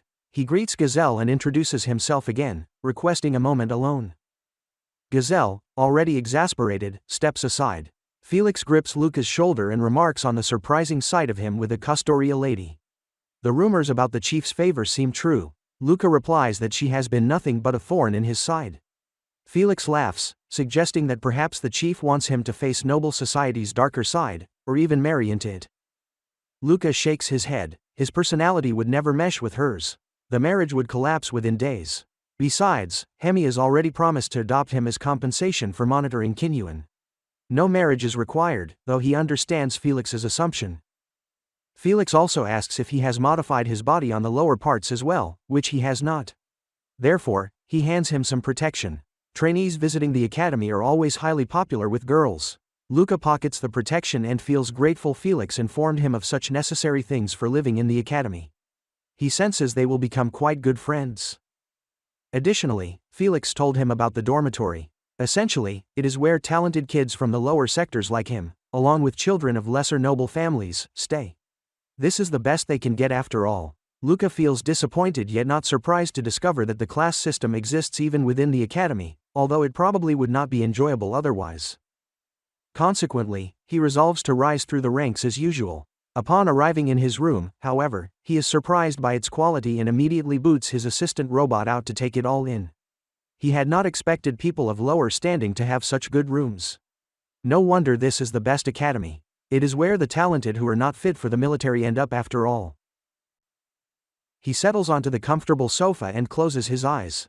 Gazelle showed him to the dorm and explained that when classes finish, the head of the dormitory would come to lead him to his room. She also gave him her personal number if anything happens, though Luca thought she hated him. Gazelle explained she was simply carrying out her duty, which made Luca reconsider. She was not a spoiled brat after all, yet he likely would not need to use the number. She seemed fine with that but offered a little warning for his sake. He really should not get too close to the head of the dormitory. Despite appearances, she was completely and utterly demented. Suddenly, someone knocks at his door. That someone is none other than Barbara, the head of the dormitory. Luca introduces himself, and she greets him. She arrived soon after her classes ended and hopes he has not waited long. Luca studies her, noticing her tattered cuffs and clothes and the absence of a last name, indicating lower-class origins. He does not get any demented impression from her. Perhaps Gazelle simply hates commoners. Barbara praises Luca for all his achievements so far as an Imperial cadet despite being from the slums, but he tells he's doing just all right, and what she said could be applied to her as well. She is the head of the dormitory, not an easy position to obtain if he guesses correctly. He can only imagine the mountains she must have moved to reach this place. He feels a kind similarity toward her. Barbara asks him to follow as she will give him a rundown of the dormitory. It is her duty as head, after all. Luca notices the water still clinging to her hair. She probably just showered, even though her classes had just ended. She must be pressed for time. Alternatively, perhaps she is just using her time efficiently. The next day, at the Academy's main building, Gazelle meets up with Luca, who is now dressed properly, so they head to their classroom.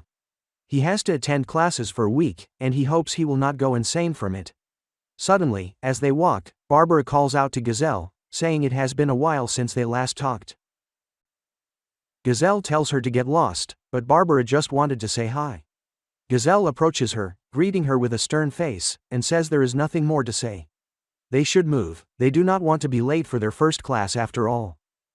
Luca looks back at the saddened Barbara, her posture closed, just like the other losers from the lower sectors. Did she really make it to the dorm head position with such an attitude? He really does not like it. As they walk, he notes Gazelle must know Barbara well, but Gazelle says she does not. He asks why she hates her, but she ignores him and continues to walk. Gazelle called Barbara a demented individual, yet Barbara continues to cling to her. It is interesting, but at the same time, none of his business. What matters is that if he makes it through 2 months of this, he will be a noble. Gossip like that should not concern him. That is what he thought at first. Still, he has to endure these boring classes for 2 months anyway, so probing their relationship becomes one of his pastimes. There is little else to entertain him here. Even Felix did not want to fight him because he would lose. Although at this point, he is going to get rusty. He wants to fight. The image of himself with his blade in hand and an enemy before him exhilarates him. Perhaps it is the chemicals he was injected with, but he longs to wage war, no matter the opponent. Suddenly, the opportunity arises. A noble screams at him and asks about his relationship with Gazelle, since he has been clinging to her all week. Luca does not feel tempted to answer. Does he like her or something? Luca is surprised that anyone likes her. He really can do better than that hag. The noble becomes enraged and tries to hit him, but Luca immediately grabs his hand and twists it. He does not feel any joy in overpowering such a weak opponent, so he lets him go. The noble asks if he is really not in a relationship with her, which Luca confirms. However, he also has something to ask. The noble does not feel the need to answer, making Luca want to tear him apart, but he lets it go and promises to tell Gazelle about him. He just wants to know why she hates Barbara. The noble explains it was not always like this. Gazelle was cursed by Barbara. He continues that anyone close to her always becomes involved in incidents where androids go awry. The very same androids, famous for their reliability, suddenly go berserk. That is why it is called Barbara's curse. Luca knows about the robots. They are unlikely to malfunction. But what does that have to do with Barbara? The noble tells him she is creepy. What kind of person seeks out new friends knowing people around her will be in danger? That is why everyone is mean to her. That is also why she is the dormitory head, as it is a position with no benefits and a heavy workload. Luca now understands why she is head. To prove his point, the noble tells him to look. Some girls begin to bully Barbara nearby, throwing water on her head. They feel generous and say they will wash her clothes, so she has to strip now. Barbara refuses, saying she will just go to the changing room. The main bully is surprised she has the audacity to refuse their kindness and starts to threaten her. Hesitantly, Barbara begins to undress. Now Luca understands that probably the same thing happened the day she gave him the tour. She did not wash, she only had water poured on her head. He is in luck, however, as he is in the mood to create some chaos. He throws a knife at the bully, causing her to drop her cup, and tells them to buzz off. She asks if he knows who he just messed with, but Luca does not care if they are women. His fists of justice do not discriminate. This makes the bullies leave, and the drenched Barbara thanks him. Luca gives her a sinister grin, wondering if he will be attacked by androids from now on. The noble swiftly pulls him away and tells him that the woman he just annoyed was Kales.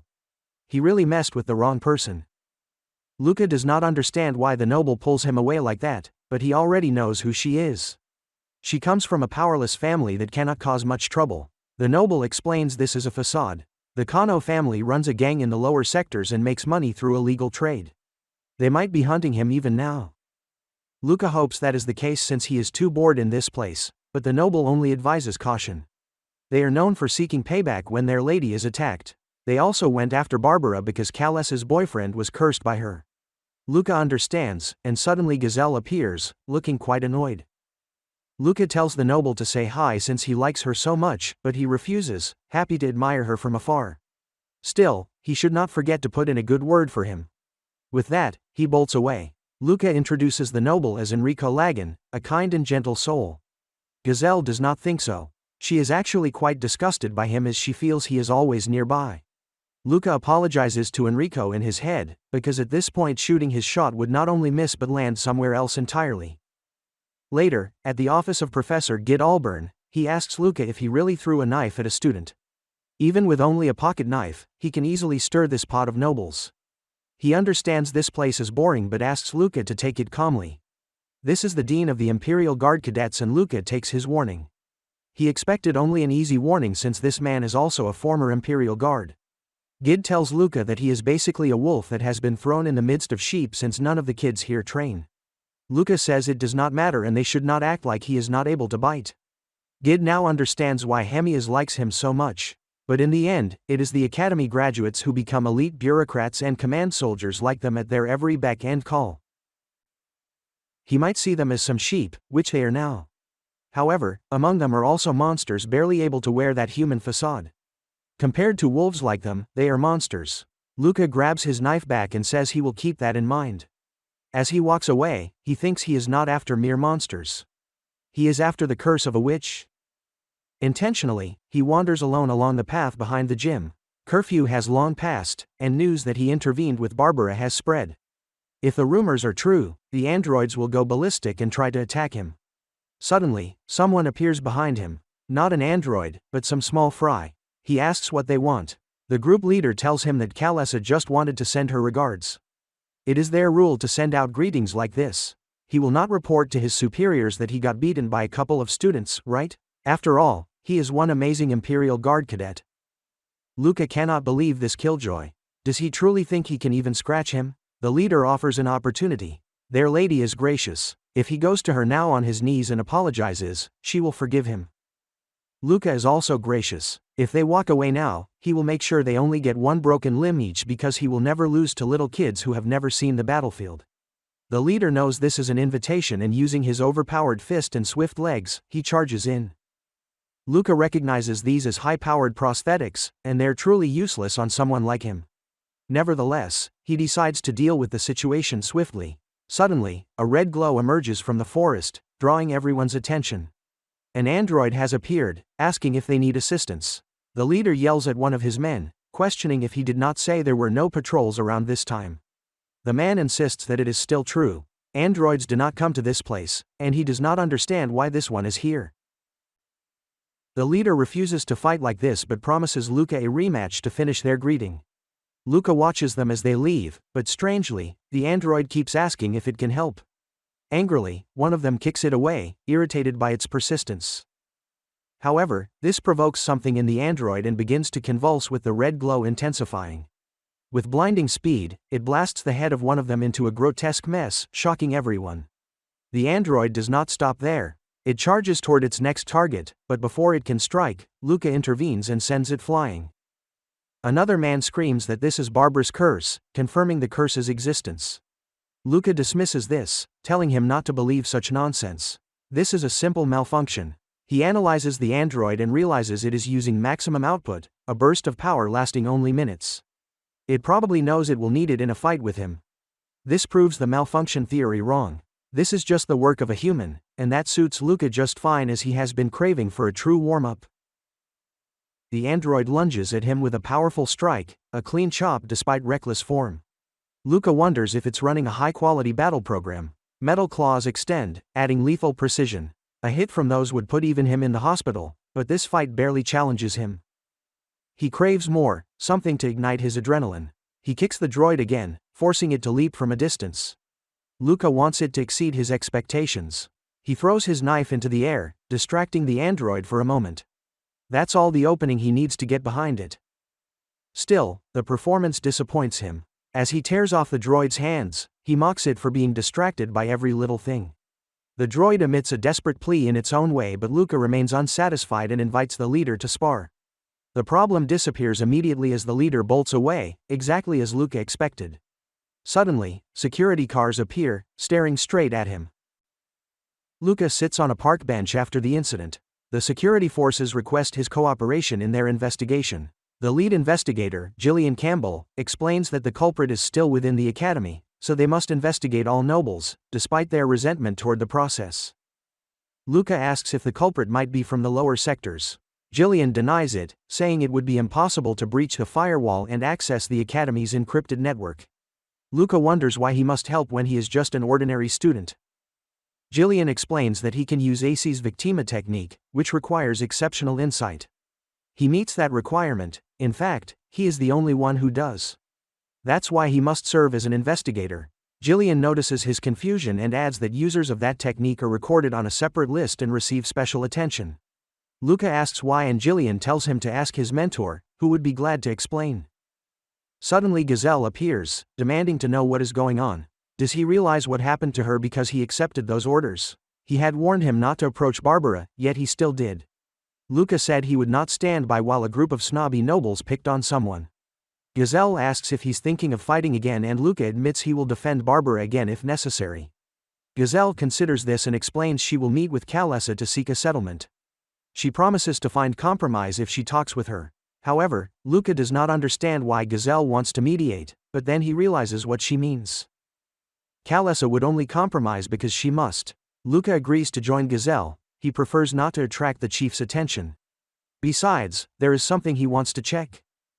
Upon meeting, Kalesa claims Barbara hit on her boyfriend first, but Luca doubts she would allow that.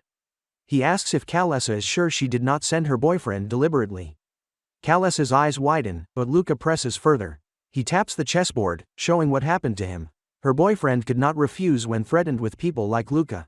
Didn't Kalesa need an excuse to mess with Barbara? Kalesa flies into a rage, smashing the chessboard and telling him to shut up. She insists she never did anything wrong. Gazelle tells her to calm down, but Kalesa refuses. Gazelle repeats her command more firmly, forcing Kalesa to relent. Gazelle sends Luca away, wanting to speak with Kalesa alone. Luca agrees, as expected. Gazelle clearly holds the upper hand. Yet a question lingers: why did Gazelle not stop Kalesa before? Luca has been here only 2 months, but it would have been easier to prevent such a situation. Soon Gazelle storms out, angry that Luca brought more trouble despite promising otherwise. Luca was merely testing his theory that androids are controlled only by nobles and Kalesa happens to hate Barbara. Gazelle tells him to stop playing investigator. The real investigators will crack the case eventually. Luca imagines if they will enjoy extracting information from nobles, which Gazelle finds mocking, though it is the truth. He guesses this is similar to how she silences Kalesa with a word. Gazelle explains family names carry weight in noble society. Kalesa was only respecting her position. Luca asks if that is why Gazelle ordered the bullying, since someone who hated Barbara had the perfect pawn and used her eagerly. Gazelle grabs his shirt and orders him to stop talking. Did the mechanical enhancements scramble his brain? Then, she releases him and apologizes, but warns that it would be better if he caused no more issues. Based on the circumstances, Luca suspects Gazelle most of all. Yet why does she look so scared? His AC's Victima is only causing him more confusion. While Luca contemplates this, Barbara appears, telling him to accept what she made. Luca asks what it is for. She says it is a gift, a thank you for saving her. While he remains at the academy, she can cook for him. Luca declines her offer so as to avoid misunderstandings, but Barbara does not mind. This makes Luca wonder if she truly likes him, but something still feels off. He asks why she tries to contact him, knowing androids will keep targeting her. Does she want him caught in danger too? Barbara denies it, she simply does not know what else to do. Luca can see she is still hiding her emotions. He explains that Kales is bothering her because of Gazelle, who will not stop until she gets what she wants. Barbara admits she already knew that. This prompts Luca to ask why Gazelle hates her. Barbara's personality shifts instantly, questioning why she must tell him. Luca wants to see how she responds to provocation, sensing she has been off for some time. As she turns toward him, Gid's words burst into Luca's mind. Monsters hide around here, and one of those monsters is Barbara. Later, Luca calls Gid, who met with Kales's boyfriend, or rather ex-boyfriend. As Luca suspected, Kales deliberately set them up. Because of his family reputation and unpleasant personality, he could not refuse. Luca must admit that letting Gid investigate was the right call. He understands now that Kales needed an excuse. Luca asks if naming a suspect will allow him to investigate with authority. Gid confirms that but warns he only has a few tries. Choosing the wrong person would be risky. Luca had not expected Gid to be so righteous. Gid explains this is the 6th case involving androids, and a death has occurred. He wants to catch those who think they can fool them. Luca then inquires about Barbara, but Gid does not understand why he suspects her. She is from the lower sectors and a student. Accessing the Academy's firewall and internet would be impossible. Luca asks if the nobles face the same limits. Gid says no, nobles can interfere during manufacturing and distribution. Many androids have been bought with money and power, often both. Additionally, Barbara is sponsored by the Castoria family. Luca ends the call feeling glad for the information but crushed by its implications. Torturing Barbara for answers would be simpler, but he must endure this exhausting investigation. He guesses a talk with Gazelle will come soon. The next day, Luca visits the workshop and is surprised to see nobles working hard. They remain competitive, likely trying to prove their worth to their families. Ilay told him useless nobles are treated like lower-class citizens, but he sees none here. His gaze settles on Gazelle, working diligently. Not bad for someone he once wanted to throw out. After finishing her work, she asks Luca what he wants. He tells her he came to see her because he misses her, causing her to spit out her drink. She asks if he has lost his mind, but Luca reminds her she was the one who said his mind was damaged. Gazelle has no time for his gimmicks and tells him to get to the point. Luca looks around and urges her not to hide anything from him because he has been officially requested to assist in the investigation, and she cannot refuse him. Gazelle dislikes the reminder and warns him not to forget who her father is, but Luca says he does not care. He has found out her family sponsors Barbara, and perhaps that is why she wants Barbara out of the academy. Gazelle tells him that being the second victim of Barbara's curse is reason enough to hate her. They were friends until it happened, but Luca finds that strange. If they were friends, why did she not help her undo the curse? Gazelle replies she was not that close to Barbara, so there was no point. Luca tells her the security forces see the android incident as clear ill intent, making her the prime suspect. Gazelle becomes furious. How can that be when she was a victim too? Luca suggests it is common for culprits to disguise themselves as victims. She has the family, knowledge, and ability to do so. Gazelle refuses to believe him but warns him to drop it now. Luca advises her to calm down because he does not truly suspect her. If she knows anything, she should tell him now. Suddenly, Barbara appears at the door, surprising Luca. She was worried because he was not where he usually sits. Luca becomes alert. How did she find him? How did he not sense her coming? Now he notices her cheerful attitude, despite being bullied and standing before Gazelle, who seems to orchestrate the situation. He needs only 10 minutes to understand what is truly happening. He will break her bones and fingers. He will get all the information he would ever need. His bloodlust intensifies. His desire to strike her becomes his foremost priority. Nevertheless, he tells her to drop the damn smile, calling her creepy. Barbara begins to cry, revealing her affection for him. He is her hero. They should simply talk this through as it is a misunderstanding.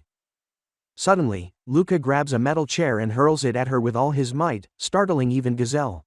Until now, he had been merely seeking ways to kill boredom, but the more she toyed with him, the more he felt like a fool. Barbara continues to tremble, yet her true nature surfaces swiftly. She truly does not understand what he is accusing her of. Her expression causes Gazelle to freeze completely. Barbara walks past her, leaving the food behind in case they want it later. With that, she leaves, but not before grasping Gazelle's arm, remarking that it is genuinely nice to see her. Gazelle remains quivering as Barbara fades from sight. Luca finally understands the true culprit, the relationship with the innocent. It was all her doing. He calls out to Gazelle, but she refuses to have anything to do with him anymore. She begs him to remain quiet here and return once his business is done. After this incident, Gazelle avoids Luca completely. He reports everything to the chief centurion, believing he has overstepped his authority. However, the matter is left to the chief's judgment. Luca trusts that whatever verdict comes will be just. Still, he cannot grasp it. The Imperial Guard would have solved this quickly with a few slashes or bullets. Why must he deal with this, especially when his daughter is involved? His duty as an Imperial Guard trainee is to follow orders from above. No matter what, they are painting a picture far bigger than himself. Still, the pain lingers. It is clear now that Barbara is the culprit. However, someone from the lower sectors cannot interfere with the androids. So how did Barbara manage it? He replays every interaction in his mind and eventually forms a hypothesis. If correct, it will be a difficult problem to handle. First, though, he must contact Gazelle, which now seems impossible. Suddenly, Enrico appears, asking if Gazelle said anything nice about him. Luca has just discovered how to reach her. He coerces Enrico into confessing to Gazelle, who bluntly rebuffs him. She shows no interest whatsoever. In fact, he makes her uncomfortable because he follows her everywhere. With his dreams shattered, Enrico flees so quickly that not even mechanized legs could match his speed. Luca decides to reveal himself. Gazelle had expected this, but she has reached her limit and intends to tell her father. Luca warns her that it will not work, he has already reported her involvement. Gazelle becomes frightened and immediately demands to know how much he revealed. Luca refuses to tell her. Fear grips Gazelle and she falls into a state of denial. Her family's standing, her entire reputation, everything she has worked for could vanish in mere minutes. She grabs Luca again, blaming him entirely for her fate. If he had never come, none of this would have happened. Luca insists it is not too late. If she confesses everything, he can help her. Even as a trainee, he is willing to join her family. Gazelle asks what he means, and Luca tells her to think. Is it not strange how someone of her status acts as his guide? It is embarrassing to say, but he is a genius who appears only once in a blue moon. He even has a Medal of Honor. The chief centurion thinks highly of him, so his influence could assist her family's guidance. Whatever problems arise from now on, he will support her. He has a better chance of being adopted if this case is resolved well. So, they should cooperate, as both stand to benefit. Gazelle's mind falters. Her body collapses, forcing Luca to catch her. Reluctantly, she admits she controlled the androids. She had created Barbara's curse. They both sit down, and Gazelle continues.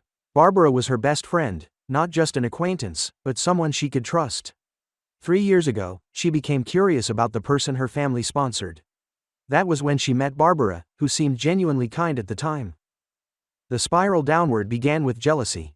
A boy approached Barbara. She was popular because of her personality, but Gazelle hated this. She did not want to lose her friend to a guy, so she decided to interfere. That is why she created a robot disguised as an android. Gazelle placed a recording in the robot ordering the boy to stay away from Barbara and made it chase him at night. Unfortunately, this petty prank ended with the boy tripping and severely injuring his head. This forced him to quit the academy, and she discarded the robot. Since someone was hurt, everyone involved was investigated. She explains that Barbara found out it was her doing because Gazelle often assembled robots in front of her. Barbara then gave her an option. If she became a victim, she would no longer be suspected. That is why Gazelle made herself the second victim as she suggested. She placed a chip Barbara gave her in the android, which immediately began chasing her, making her the second victim. After that, Barbara's behavior changed. She made strange demands, telling Gazelle she needed to be socially isolated, and claimed that victims were regularly needed. Luca can see how Gazelle was trapped. Barbara tricked her into escalating something that could have been resolved with a few words, molding Gazelle into a loyal puppet. Suddenly, numerous messages appear before Gazelle. Barbara has found out that she told their secret to a man. She truly is a traitor. Luca notices this, but wonders how she hacked such a high-security device. His instincts flare. Something is definitely wrong. Sure enough, an android watches them, its muzzle aimed at Gazelle. Before she can be shot, Luca throws himself in the way and takes the bullet, shielding Gazelle behind cover. He tears off his jacket and fashions a tourniquet, which will only temporarily stop the bleeding. The gunshot came from an attack drone. He can handle one easily, but this wound could worsen. All he has now is a pocket knife. Since the gun has a silencer, no one will come to help. This is the last straw. Gazelle looks at him, wondering if Imperial guards truly feel no pain. He disagrees and screams that he's in absolute pains. The drone continues its assault, and Luca only wants to locate its position. If he finds it, this will be over. He looks to Gazelle and asks if she has a mirror. She does, allowing Luca to see the drone before it sees him. He leaps forward, throwing his knife directly into its core, causing the drone to spiral out of control and explode. Suddenly, however, Luca's transmitter stops working. He asks Gazelle if hers still functions. She says no, neither the internet nor the communication channels work. Barbara speaks into Gazelle's ear. She tried to protect her. How dare she betray her? She also claims to love Luca more and hopes Gazelle despises her endlessly. Luca grabs Gazelle's arm and shuts down her device manually, seeing no point in listening to the crazy woman. He considers explaining everything, but it seems pointless now. First, they must get somewhere safe. Someone appears to be waiting for them. Felix informs someone he has arrived at the location until Luca signals that they are here, and Felix is glad to see them. Luca asks if these are orders from above. Felix confirms he is receiving special treatment again. Felix did not hear anything about this operation either. Luca confirms the same. Gazelle asks if this is truly part of her father's plan.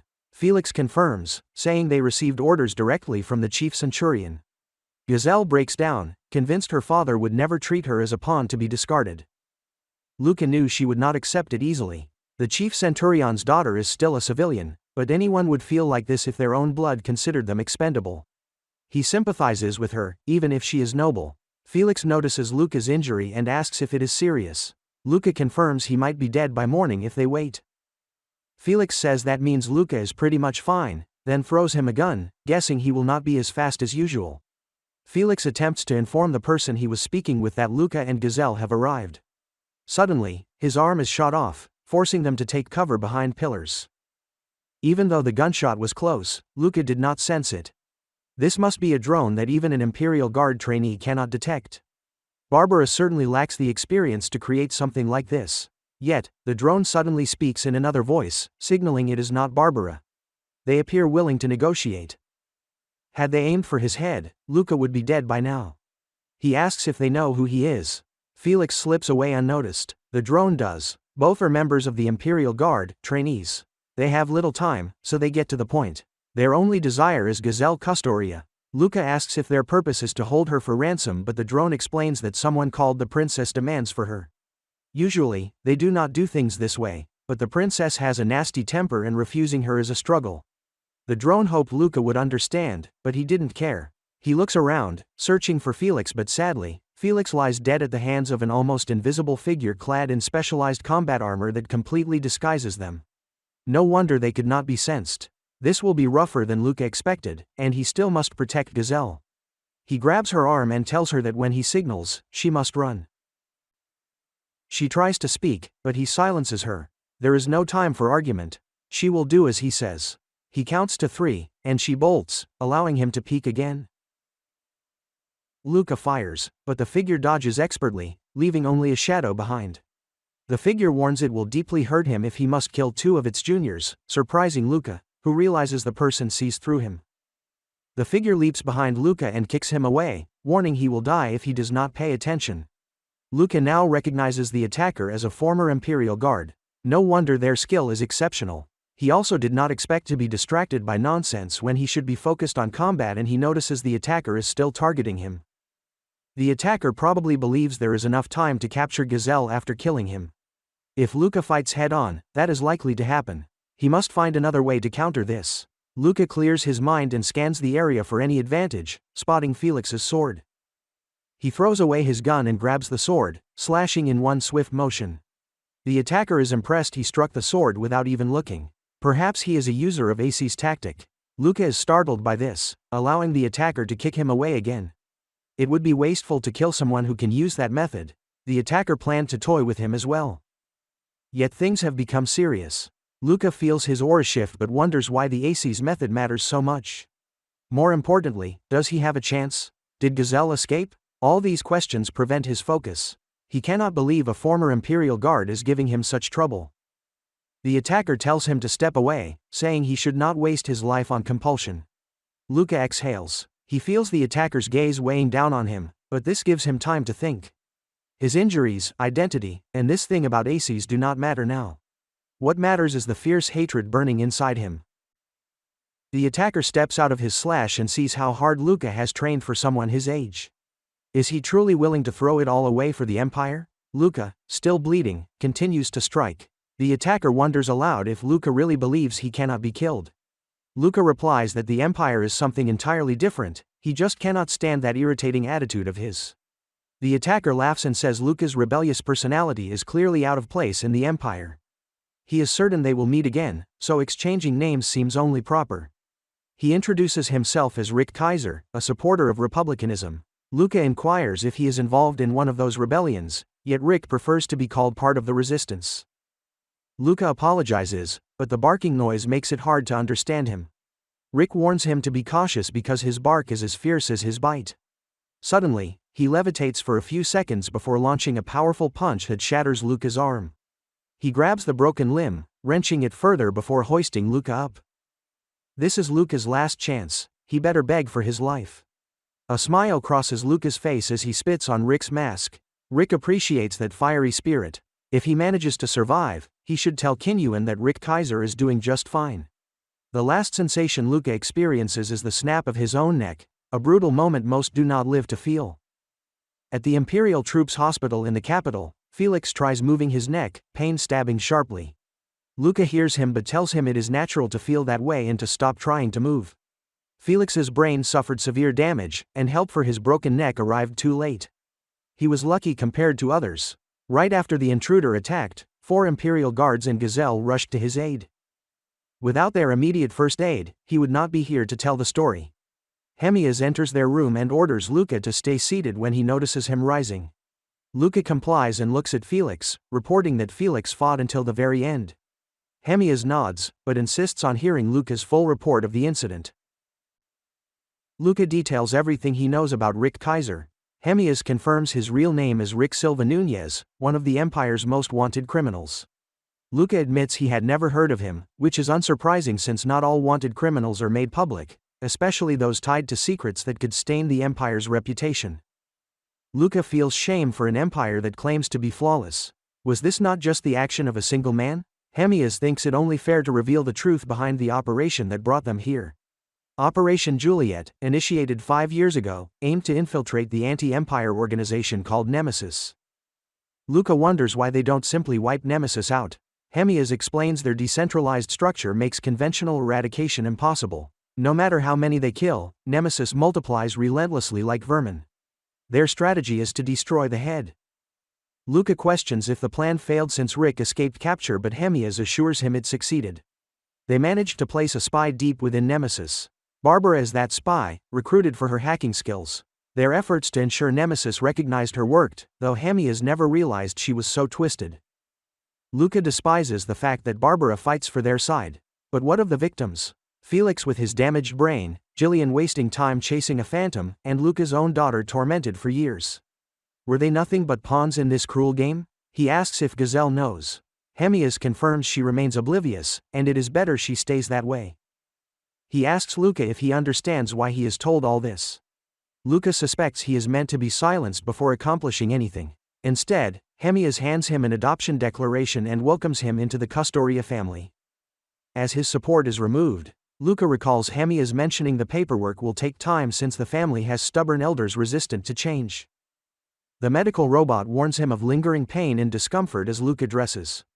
Felix asks if he is leaving. Luca says he must attend to something. Felix wishes him luck. Luca cannot meet Felix's eyes, so he closes the door without a farewell. Walking through the education hall, Luca's thoughts drift to Barbara, the spy the Empire trained to infiltrate Nemesis. She still makes his heart race after all this time. Her actions are no mere act. She is undeniably twisted, perhaps crafted that way by the Empire itself. He halts, pondering if everything is coincidence. His escape from an orphanage in the lower sector, meeting Kinyuan and learning Ace's combat method, his academy days, he once believed all of this was free will and conscience. Could it be that he has yet to overcome his past? Doubt creeps in, but he comports himself, knowing it is only an illusion. The chief centurion might just be testing him. He cannot lose this chance that could alter his fate. Luca enters Kinwan's office. Kinyuan asks if he enjoyed his time at the academy, and Luca confirms it was so enjoyable he almost died. Kinyuan is saddened by the news of Felix. Felix was an exceptional trainee. Luca wonders if Kinyuan truly believes that as he sips his tea, relaying what Rick told him to say. Kinyuan is glad to hear Rick is doing well but did not expect him to become an enemy. Luca notes their closeness. Kinyuan explains they were part of the same recruitment class. His reaction speed was extraordinary. Good to know he survived against Rick. Luca asks if they remain in contact, but Kinyuan warns not to get the wrong idea. Though retired, Kinyuan is still on the Empire's payroll and does not communicate with those outside. Apparently, he did not report this incident to the chief centurion either. If Luca believes his suspicions, he should report immediately. Luca insists that would mean instant execution. He needs to verify the facts himself. Kinyuan advises relaxation. If the Empire executed everyone suspected of disloyalty, Kinyuan himself would be long gone. Luca smiles and asks about AC's combat method. Kinyuan asks if he is that curious and Luca nods. The Empire keeps track of all AC's users, and that is the only reason Rick spared him. Kinyuan takes a sip of tea, surprised Luca arrived faster than expected. He knows Luca knows too much for a trainee, but Luca understands the implication. Kinyuan explains that about 200 years ago, in the year 3158, the first rebellion against the Empire occurred. The leader was Noel Muliska, an executive consultant who contributed greatly to the Empire. He created the foundations for trajectory manipulation, combat cybernetics, and various combat theories. Noel concluded that a full-scale attack on the Empire was doomed. Instead, he adopted guerrilla tactics. This was how AC's combat method was born. Noel's rebel army replaced strategists with AC's Victima users, fighting relentlessly. Luca realizes the advantages of this method lie in guerrilla warfare. Lives were always on the line, so damaging neural functions was not a concern. Lacking uniforms, a flexible combat style was essential. Kinyuan confirms that despite numerous attempts to wipe out the rebels, Noel and several key figures escaped. They dispersed across the Empire, recruiting to strike key targets. Capture mattered little, they could sever their tails and start anew.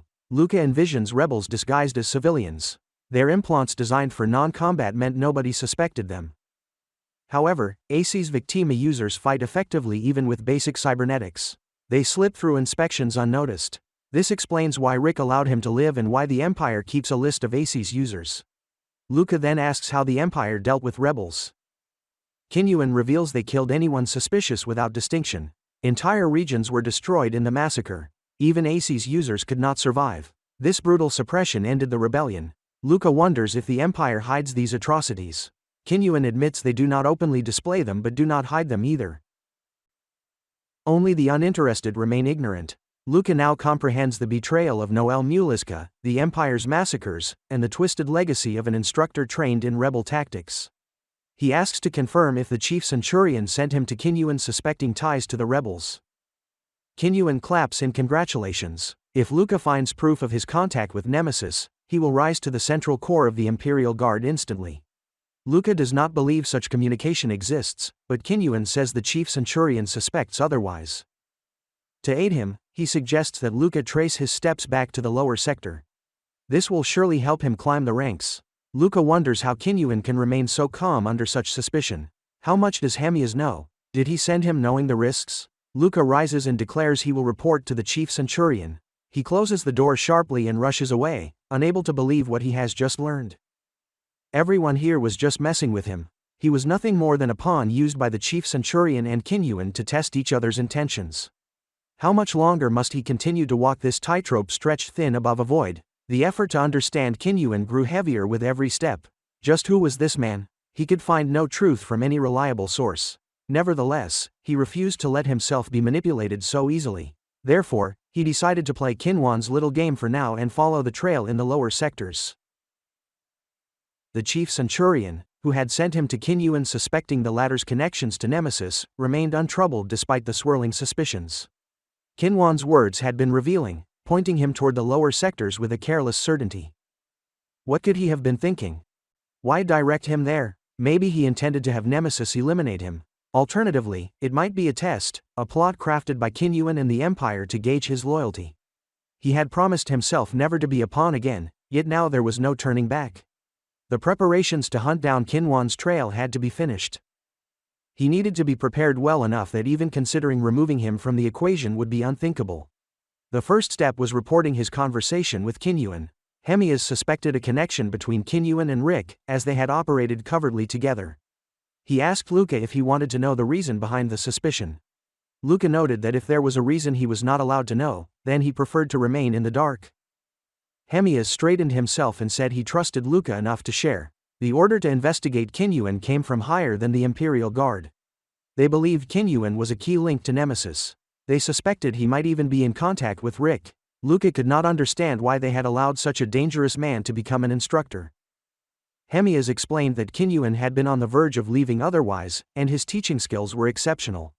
Did that clarify things for Luca? He swallowed hard, acknowledging that despite staying with Kinyuan for some time, he had found no weakness. Kinwan's self-control was impeccable, and he hid his true thoughts behind an impenetrable mask. Hamas told him not to complain. Luca was the only one suited for this task. Many trainees had been placed under Kinwan's guidance over decades, but Luca was the only one who had made such progress.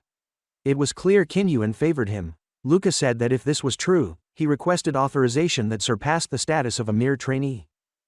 The next day, they travel in a skyship, and as their ship moved through the sky, Hamas asked Luca if he was nervous. Luca would lie if he said no. His hands trembled slightly. He had requested everything necessary: a pass to travel freely between the upper and lower sectors, permission to carry personal arms, funds for the investigation, and access to higher clearance databases. Still, that was not enough. He was still expendable. He told Hamas he did not want to die over some conspiracy, especially since he already knew too much. Hamas was blunt. If the higher-ups decided to bury the entire affair, he would have to go on a killing spree, and Luca would be included. Yet, Hamas promised to do everything in his power to prevent that. That was why he had brought Luca into the family in the first place.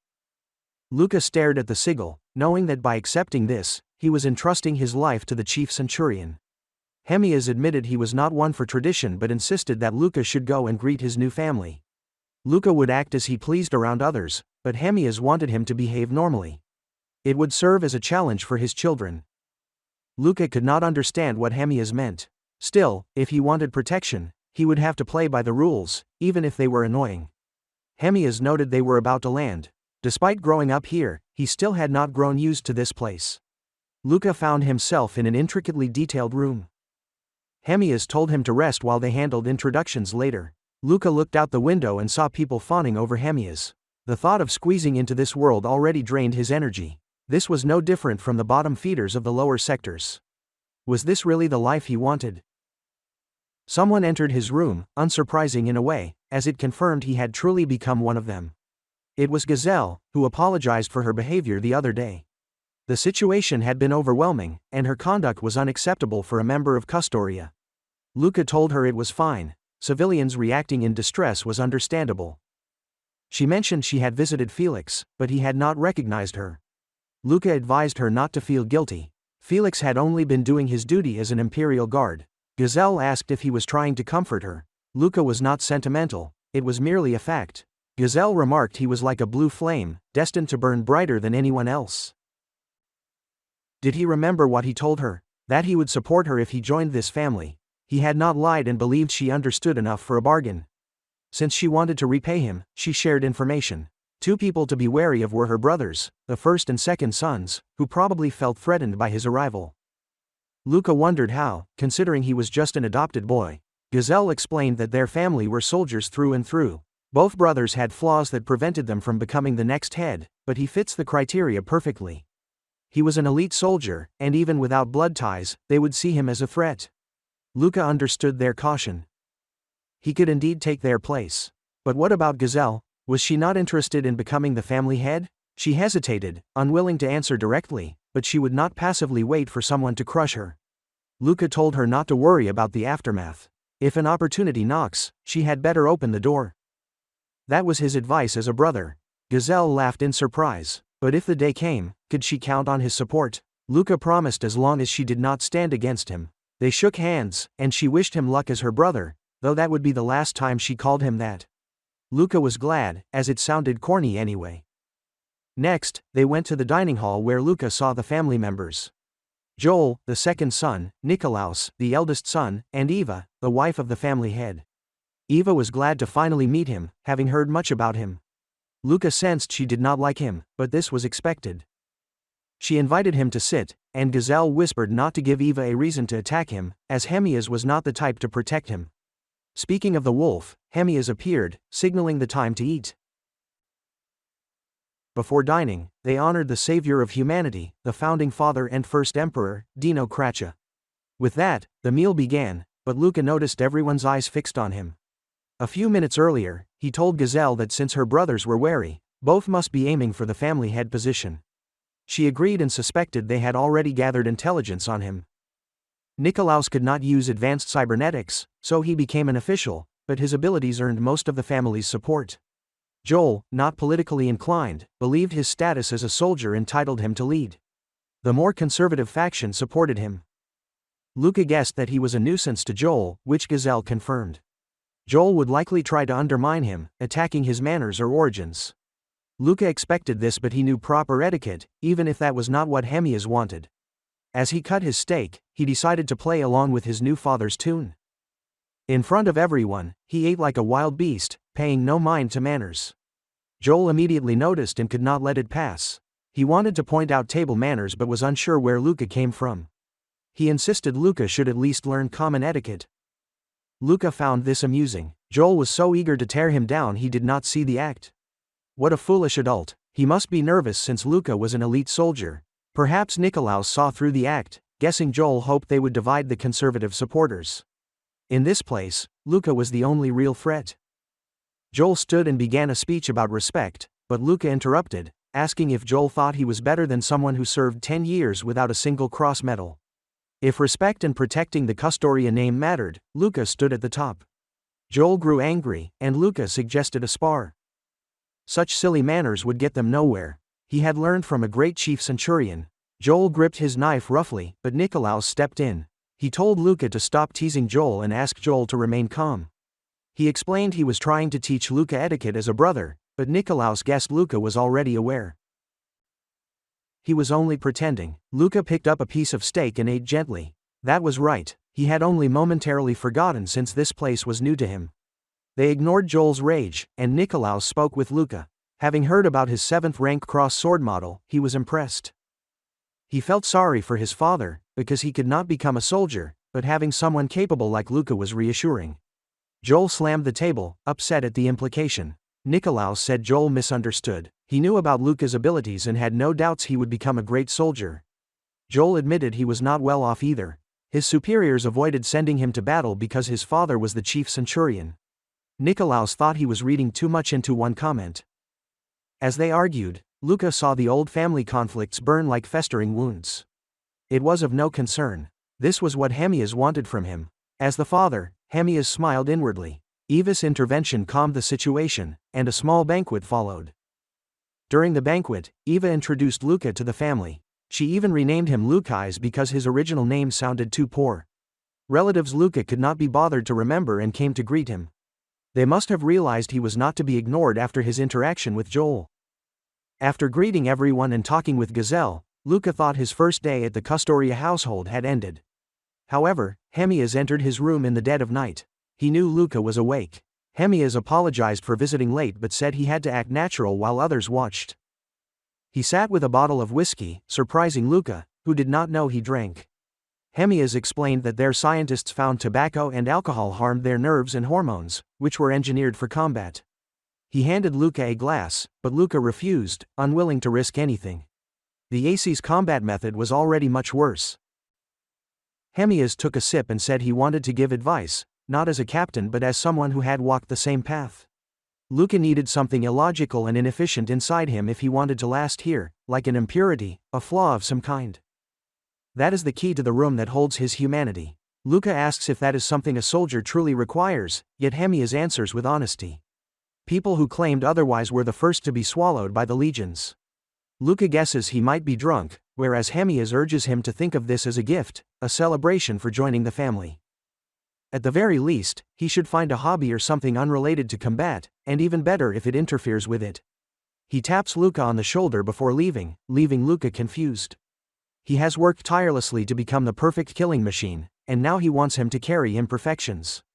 Does he want him to end up like the Kinyuan and Ilay, the irregulars who cause trouble because of their emotions? If not, what else could he mean? This puzzles Luca deeply. Hamas entered his room carrying a trace of imperfection himself, behaving in a way foreign to Luca, like an ordinary father concerned for his son.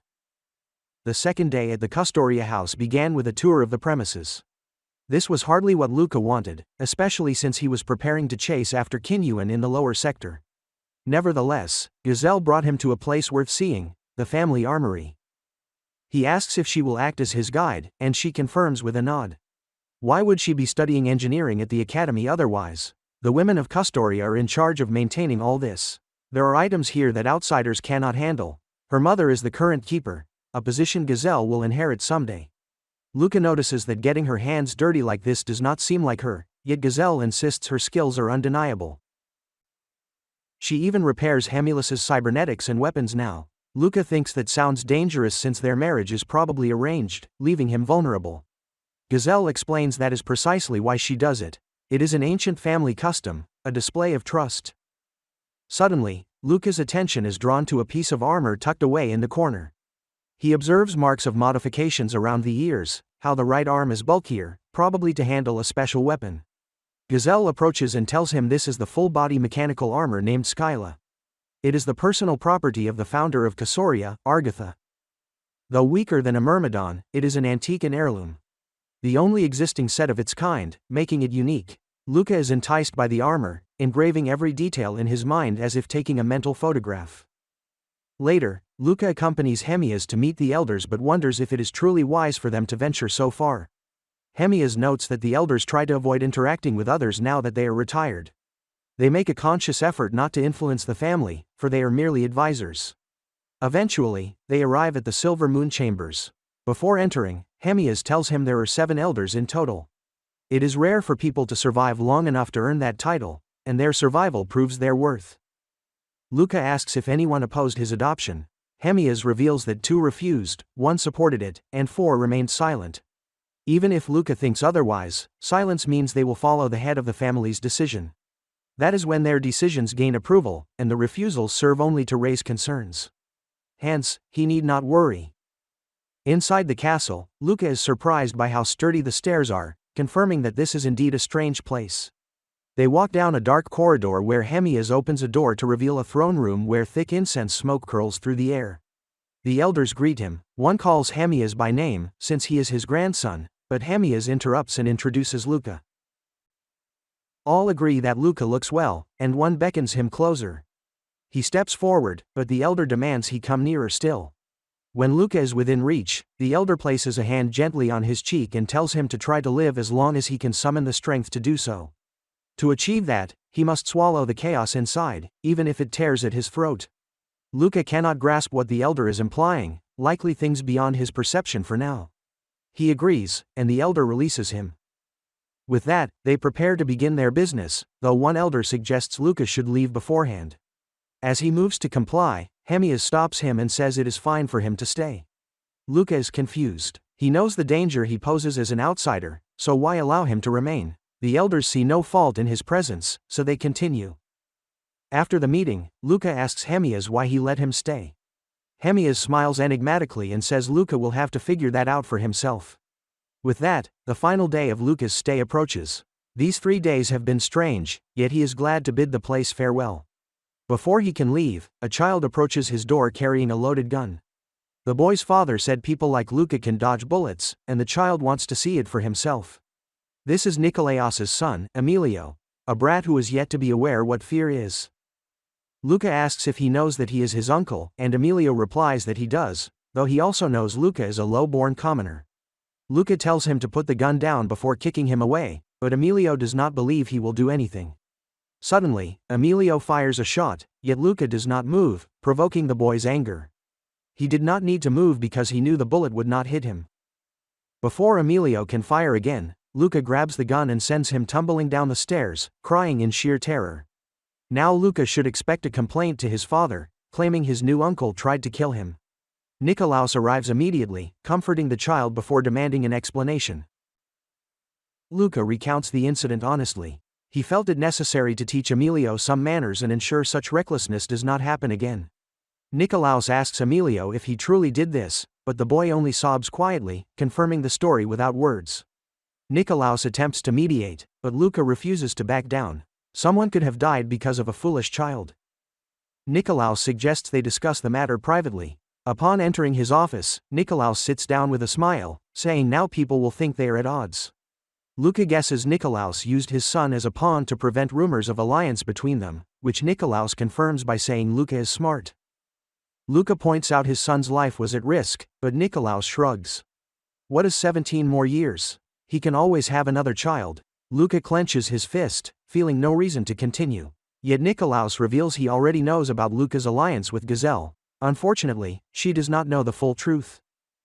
At this rate, the next family head will actually be Joel. If that happens, Luca's life might be in danger. Luca sits with this thought and tells Nikolaus to keep talking, even if it sounds ominous. Once the selection begins, many will suddenly voice support for Joel. Once he becomes successor, he will need to eliminate the last obstacle, his own brother.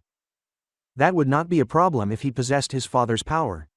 Yet neither Joel nor Luca hold such talent. Luca agrees, but notes Joel lacks the means to stop him.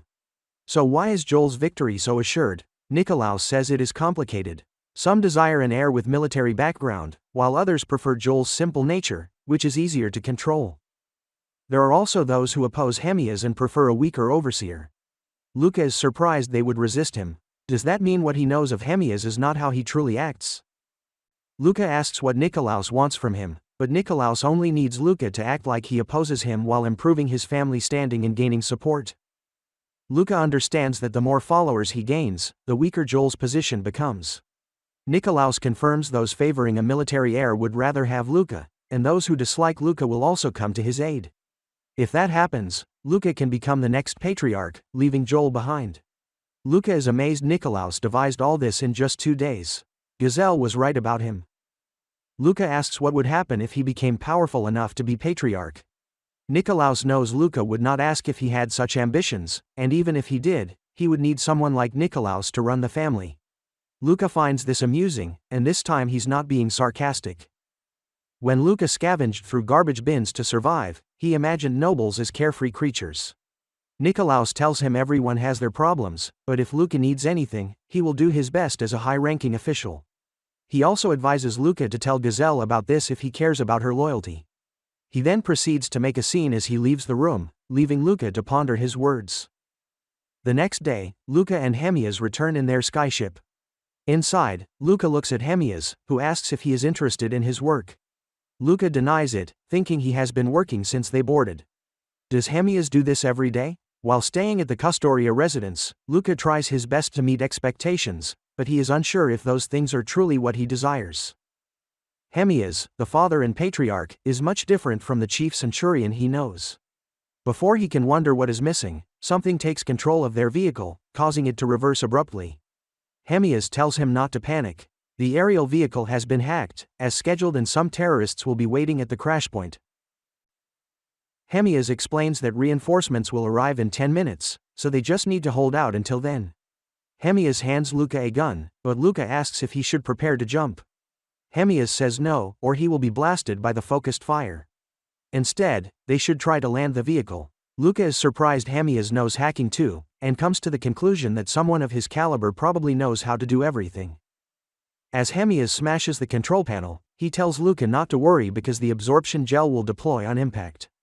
Before crashing, Hamas asks Luca what he thinks of the situation. Luca guesses that he volunteered as bait, which Hamas confirms is to ensure Barbara gains trust in Nemesis. With that, the vehicle crashes. Though they survive, Luca wonders if they can last 5 minutes, let alone 10. Hamas exits and says the bandits will be here soon. Actually, he sees some already approaching. They appear tightly knit. Thankfully, the weather is clear, granting him a good view. He fires directly at the enemy, revealing something to Luca. It is not that Hamas did not prepare. He allowed himself to be bait because he is confident in his abilities. After the bullet falls, Hamas says he expected more to fall from the shot. No matter, they will identify the attackers in about 20 seconds. He fires again, and judging by the distance, the enemies are outside their vision range. So how is Hamas aiming so precisely? Luca asks if he uses a satellite and Hamas agrees. As chief centurion, he is allowed to use a military satellite. Using such equipment requires tremendous computing power, which he manages alone. He is literally a tactical weapon. Luca wonders if this is truly the power of the chief centurion? Suddenly, a bullet flies right past Luca, and the rebels charge in. They proclaim that the dog of Cratcha will die today. Their plan is to ignore Luca and focus solely on Hamas. Meanwhile, a sniper aims and fires at Hamas, who just smiles and takes side steps. Hamas decides to handle the larger foes while Luca does his best to survive. Luca, on the other hand, does not feel confident about those orders. Nevertheless, Hamas tells him that if he wishes to reach new heights, he must learn to produce great results from vague orders. That skill will let him rise above the rest because the world is full of fools. With that in his mind, Luca begins firing while watching Hamas slash an armored soldier wide open with powerful force. While Hamas had told him to observe, his situation makes that difficult. These fighters do not even care about friendly fire. They will shoot through their own comrades if it helps them win. Luca dashes away from a target and uses his mechanical eye to detect shooters. He takes one down just as a melee warrior charges in. Another enemy fires, forcing Luca to throw his gun aside and move in for a powerful strike. This should leave the melee warrior vulnerable to the bullet, yet he dodges effortlessly without even looking. Now Luca understands why this is called the rebel combat method. The fact that he can fight without cybernetics means he uses the AC's tactic, yet they differ. He considers trying something else and taking his chances, but there is no need. Such a fool is easily defeated by an elite soldier like himself. The enemy lost focus the moment he grabbed his arm. A skilled fighter would have immediately cut off the arm to avoid this. Luca looks at the fallen enemy and back to Hamas, who seems finished. Luca asks if it is over, but Hamas notes Rick Kaiser was on standby just around the corner. He probably was planning to intervene if Hamas sustained injury, and Luca asks if they should set a trap for Kaiser. Though Hamas agrees they could kill him, but that would not destroy Nemesis and might endanger Barbara, which would cripple all their efforts to get her under cover. Besides, this operation is planned by higher-ups and they consider Hamas disposable. This realization hits Luca like a heavy blow. Even the chief centurion is expendable. He asks if anyone in the Empire is irreplaceable. In response, Hamas points upward, already knowing the answer. Luca understands that when it comes to protecting His Majesty, the death of countless people like them does not matter. If that is true, what is the point of all this struggle if he will always be no more than a pawn in the Empire's games? Back at the Imperial Guard Station, the news of Luca's adoption into the Castoria family circulated among the trainees and cadets. Some of them even ask him to give them some pointers on how to rise up the ranks and also praise him for his tenacity. However, all their praises do not seem to put Luca in a good mood. He had hoped that joining Hamelis's family would make him indispensable, but the truth was far from that. He thinks about the years of rigorous training, upgrades of his cybernetic parts, and undergoing dangerous missions. Now, he has just a year left as a trainee, and all he can fall back to is Kinwan's mission in the lower sector. He decides to focus on that and make his dream of becoming an official member of the Imperial Guard come true. While he walked in the guard room, he overheard some cadets talking about Ilay.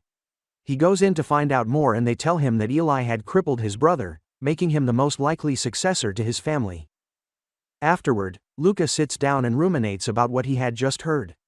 Ilay isn't someone that is interested in family matters. This must be him not being able to get over Lillian's death. It must have been really hard for him. Just then, he hears his name, and as he turns, he sees Ilay smiling at him, all dressed in fancy attire. Ilay makes a joke about his new name before asking for a moment to drop his luggage. Soon, they both sit down and catch up on each other's experiences. Ilay explains how he hooked up with his brother's girlfriend, which made them invoke a family duel within the family. He won the duel, breaking his brother's leg in the process. Luca calls him a piece of shit, but Ilay deflects by asking him about his new family. Luca offers little information about them and claims nothing much has changed in his life. Suddenly, the look in Ilay's eyes changed and he made a declaration. He tells Luca that he won't be running away any longer and he will become the patriarch of his family so that he can fix it. Also, if he has any issues with the Empire, all he needs to do is rise up to a rank where he can address it. His new devotion doesn't come as a shock to Luca because he knows Ilay to be a capable person. Besides, he is in no position to advise anybody right now. They both agreed to work harder than they've been doing and shook on it. Down at the lower sector, Luca sets out on his mission and tries to reach out to Gabriel, who is not picking his calls. Just then, a nobody from the slums tries to rob Luca, but he breaks the dude's hands and the dude takes off running. Luca wonders why Gabriel isn't picking up and decides to meet with him. On getting to his location, he finds Gabriel bleeding all over the table, which is the reason he hasn't been picking his calls. Luckily, Gabriel claims he isn't dead yet and can still be helped.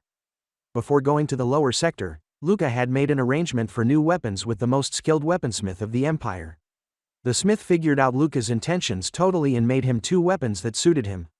The first was a sword named Cruxus and the other was a gun named Ruina. Luca felt the weapons up and realized they might be a good variable while using the AC's tactic. Since he might be fighting someone stronger than him, he needed something up his sleeve. Back to the present, Luca is sitting beside an injured Gabriel, who seems to be in pain while lying on the bed. Luca analyzes his injuries and concludes that his attacker wasn't trying to kill him. He then asks Gabriel what happened. He recaps that there is a war brewing in the streets and since he's not part of a gang, he got caught in the middle of it. Luca advises him to join a gang for protection, but Gabriel claims he will never work for trash like them. Gabriel then asks Luca what he's doing in the slums since he's been Mia for over a month. Luca claimed he had business and just before walking out, he tells Gabriel he'll visit the next day and he should take a lot of painkillers and be on standby. Gabriel tries to complain about just coming out of surgery but Luca doesn't respond before leaving the hospital. On his way back, Luca is sure Gabriel will be safe in the hospital since there are lots of guards positioned there.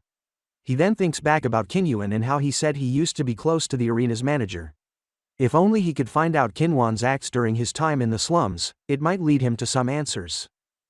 As he walks, deep in thought about Kinyuan, he arrives in his hometown out of habit. After looking around, he discovers the place hasn't changed and the director of his orphanage is still the same money-grubbing man he was years ago. Luca thinks about interfering but it is only a temporary solution. However, he approaches the director, with a voice in his head telling him how soft he's become. Still, he doesn't mind. He pulls up to the director and punches him right in the jaw.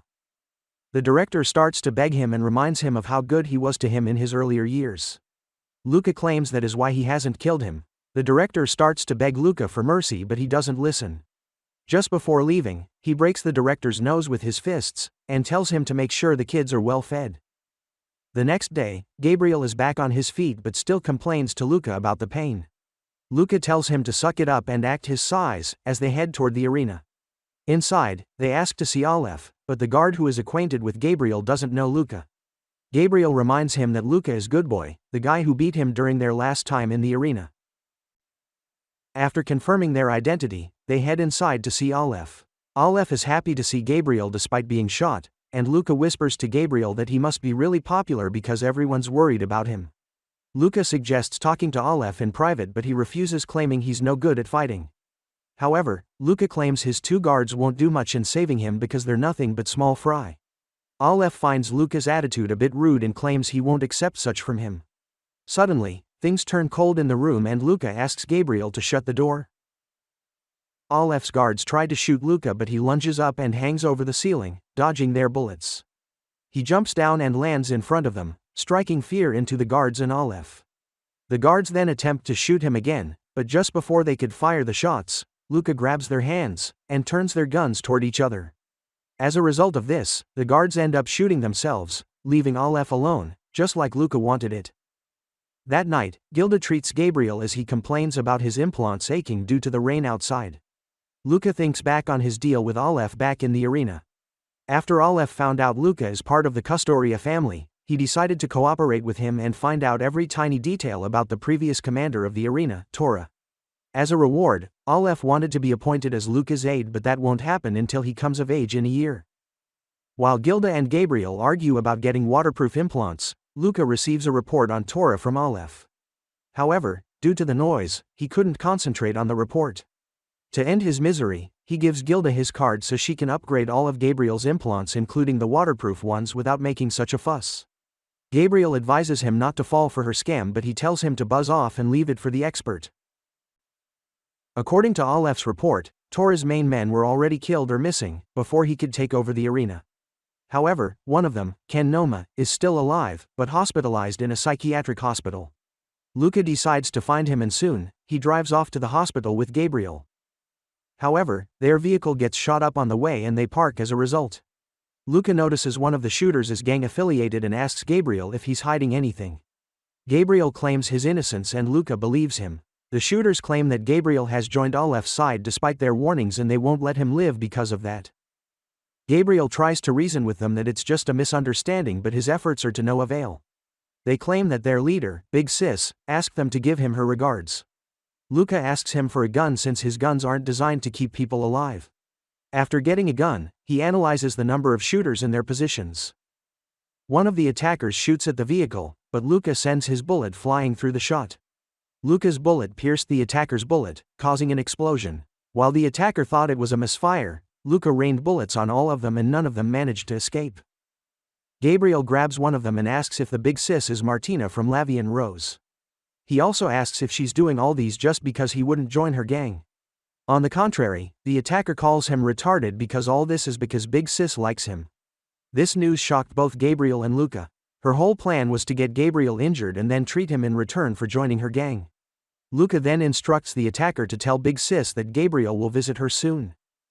Luca's excuse is that they wouldn't be able to deal with more attackers and ladies ain't known for letting go of their grudge. However, deep down, he was just curious how a woman so high up could fall in love with someone like Gabriel. Afterward, they arrive at the psychiatric hospital and Luca meets with Ken Noma.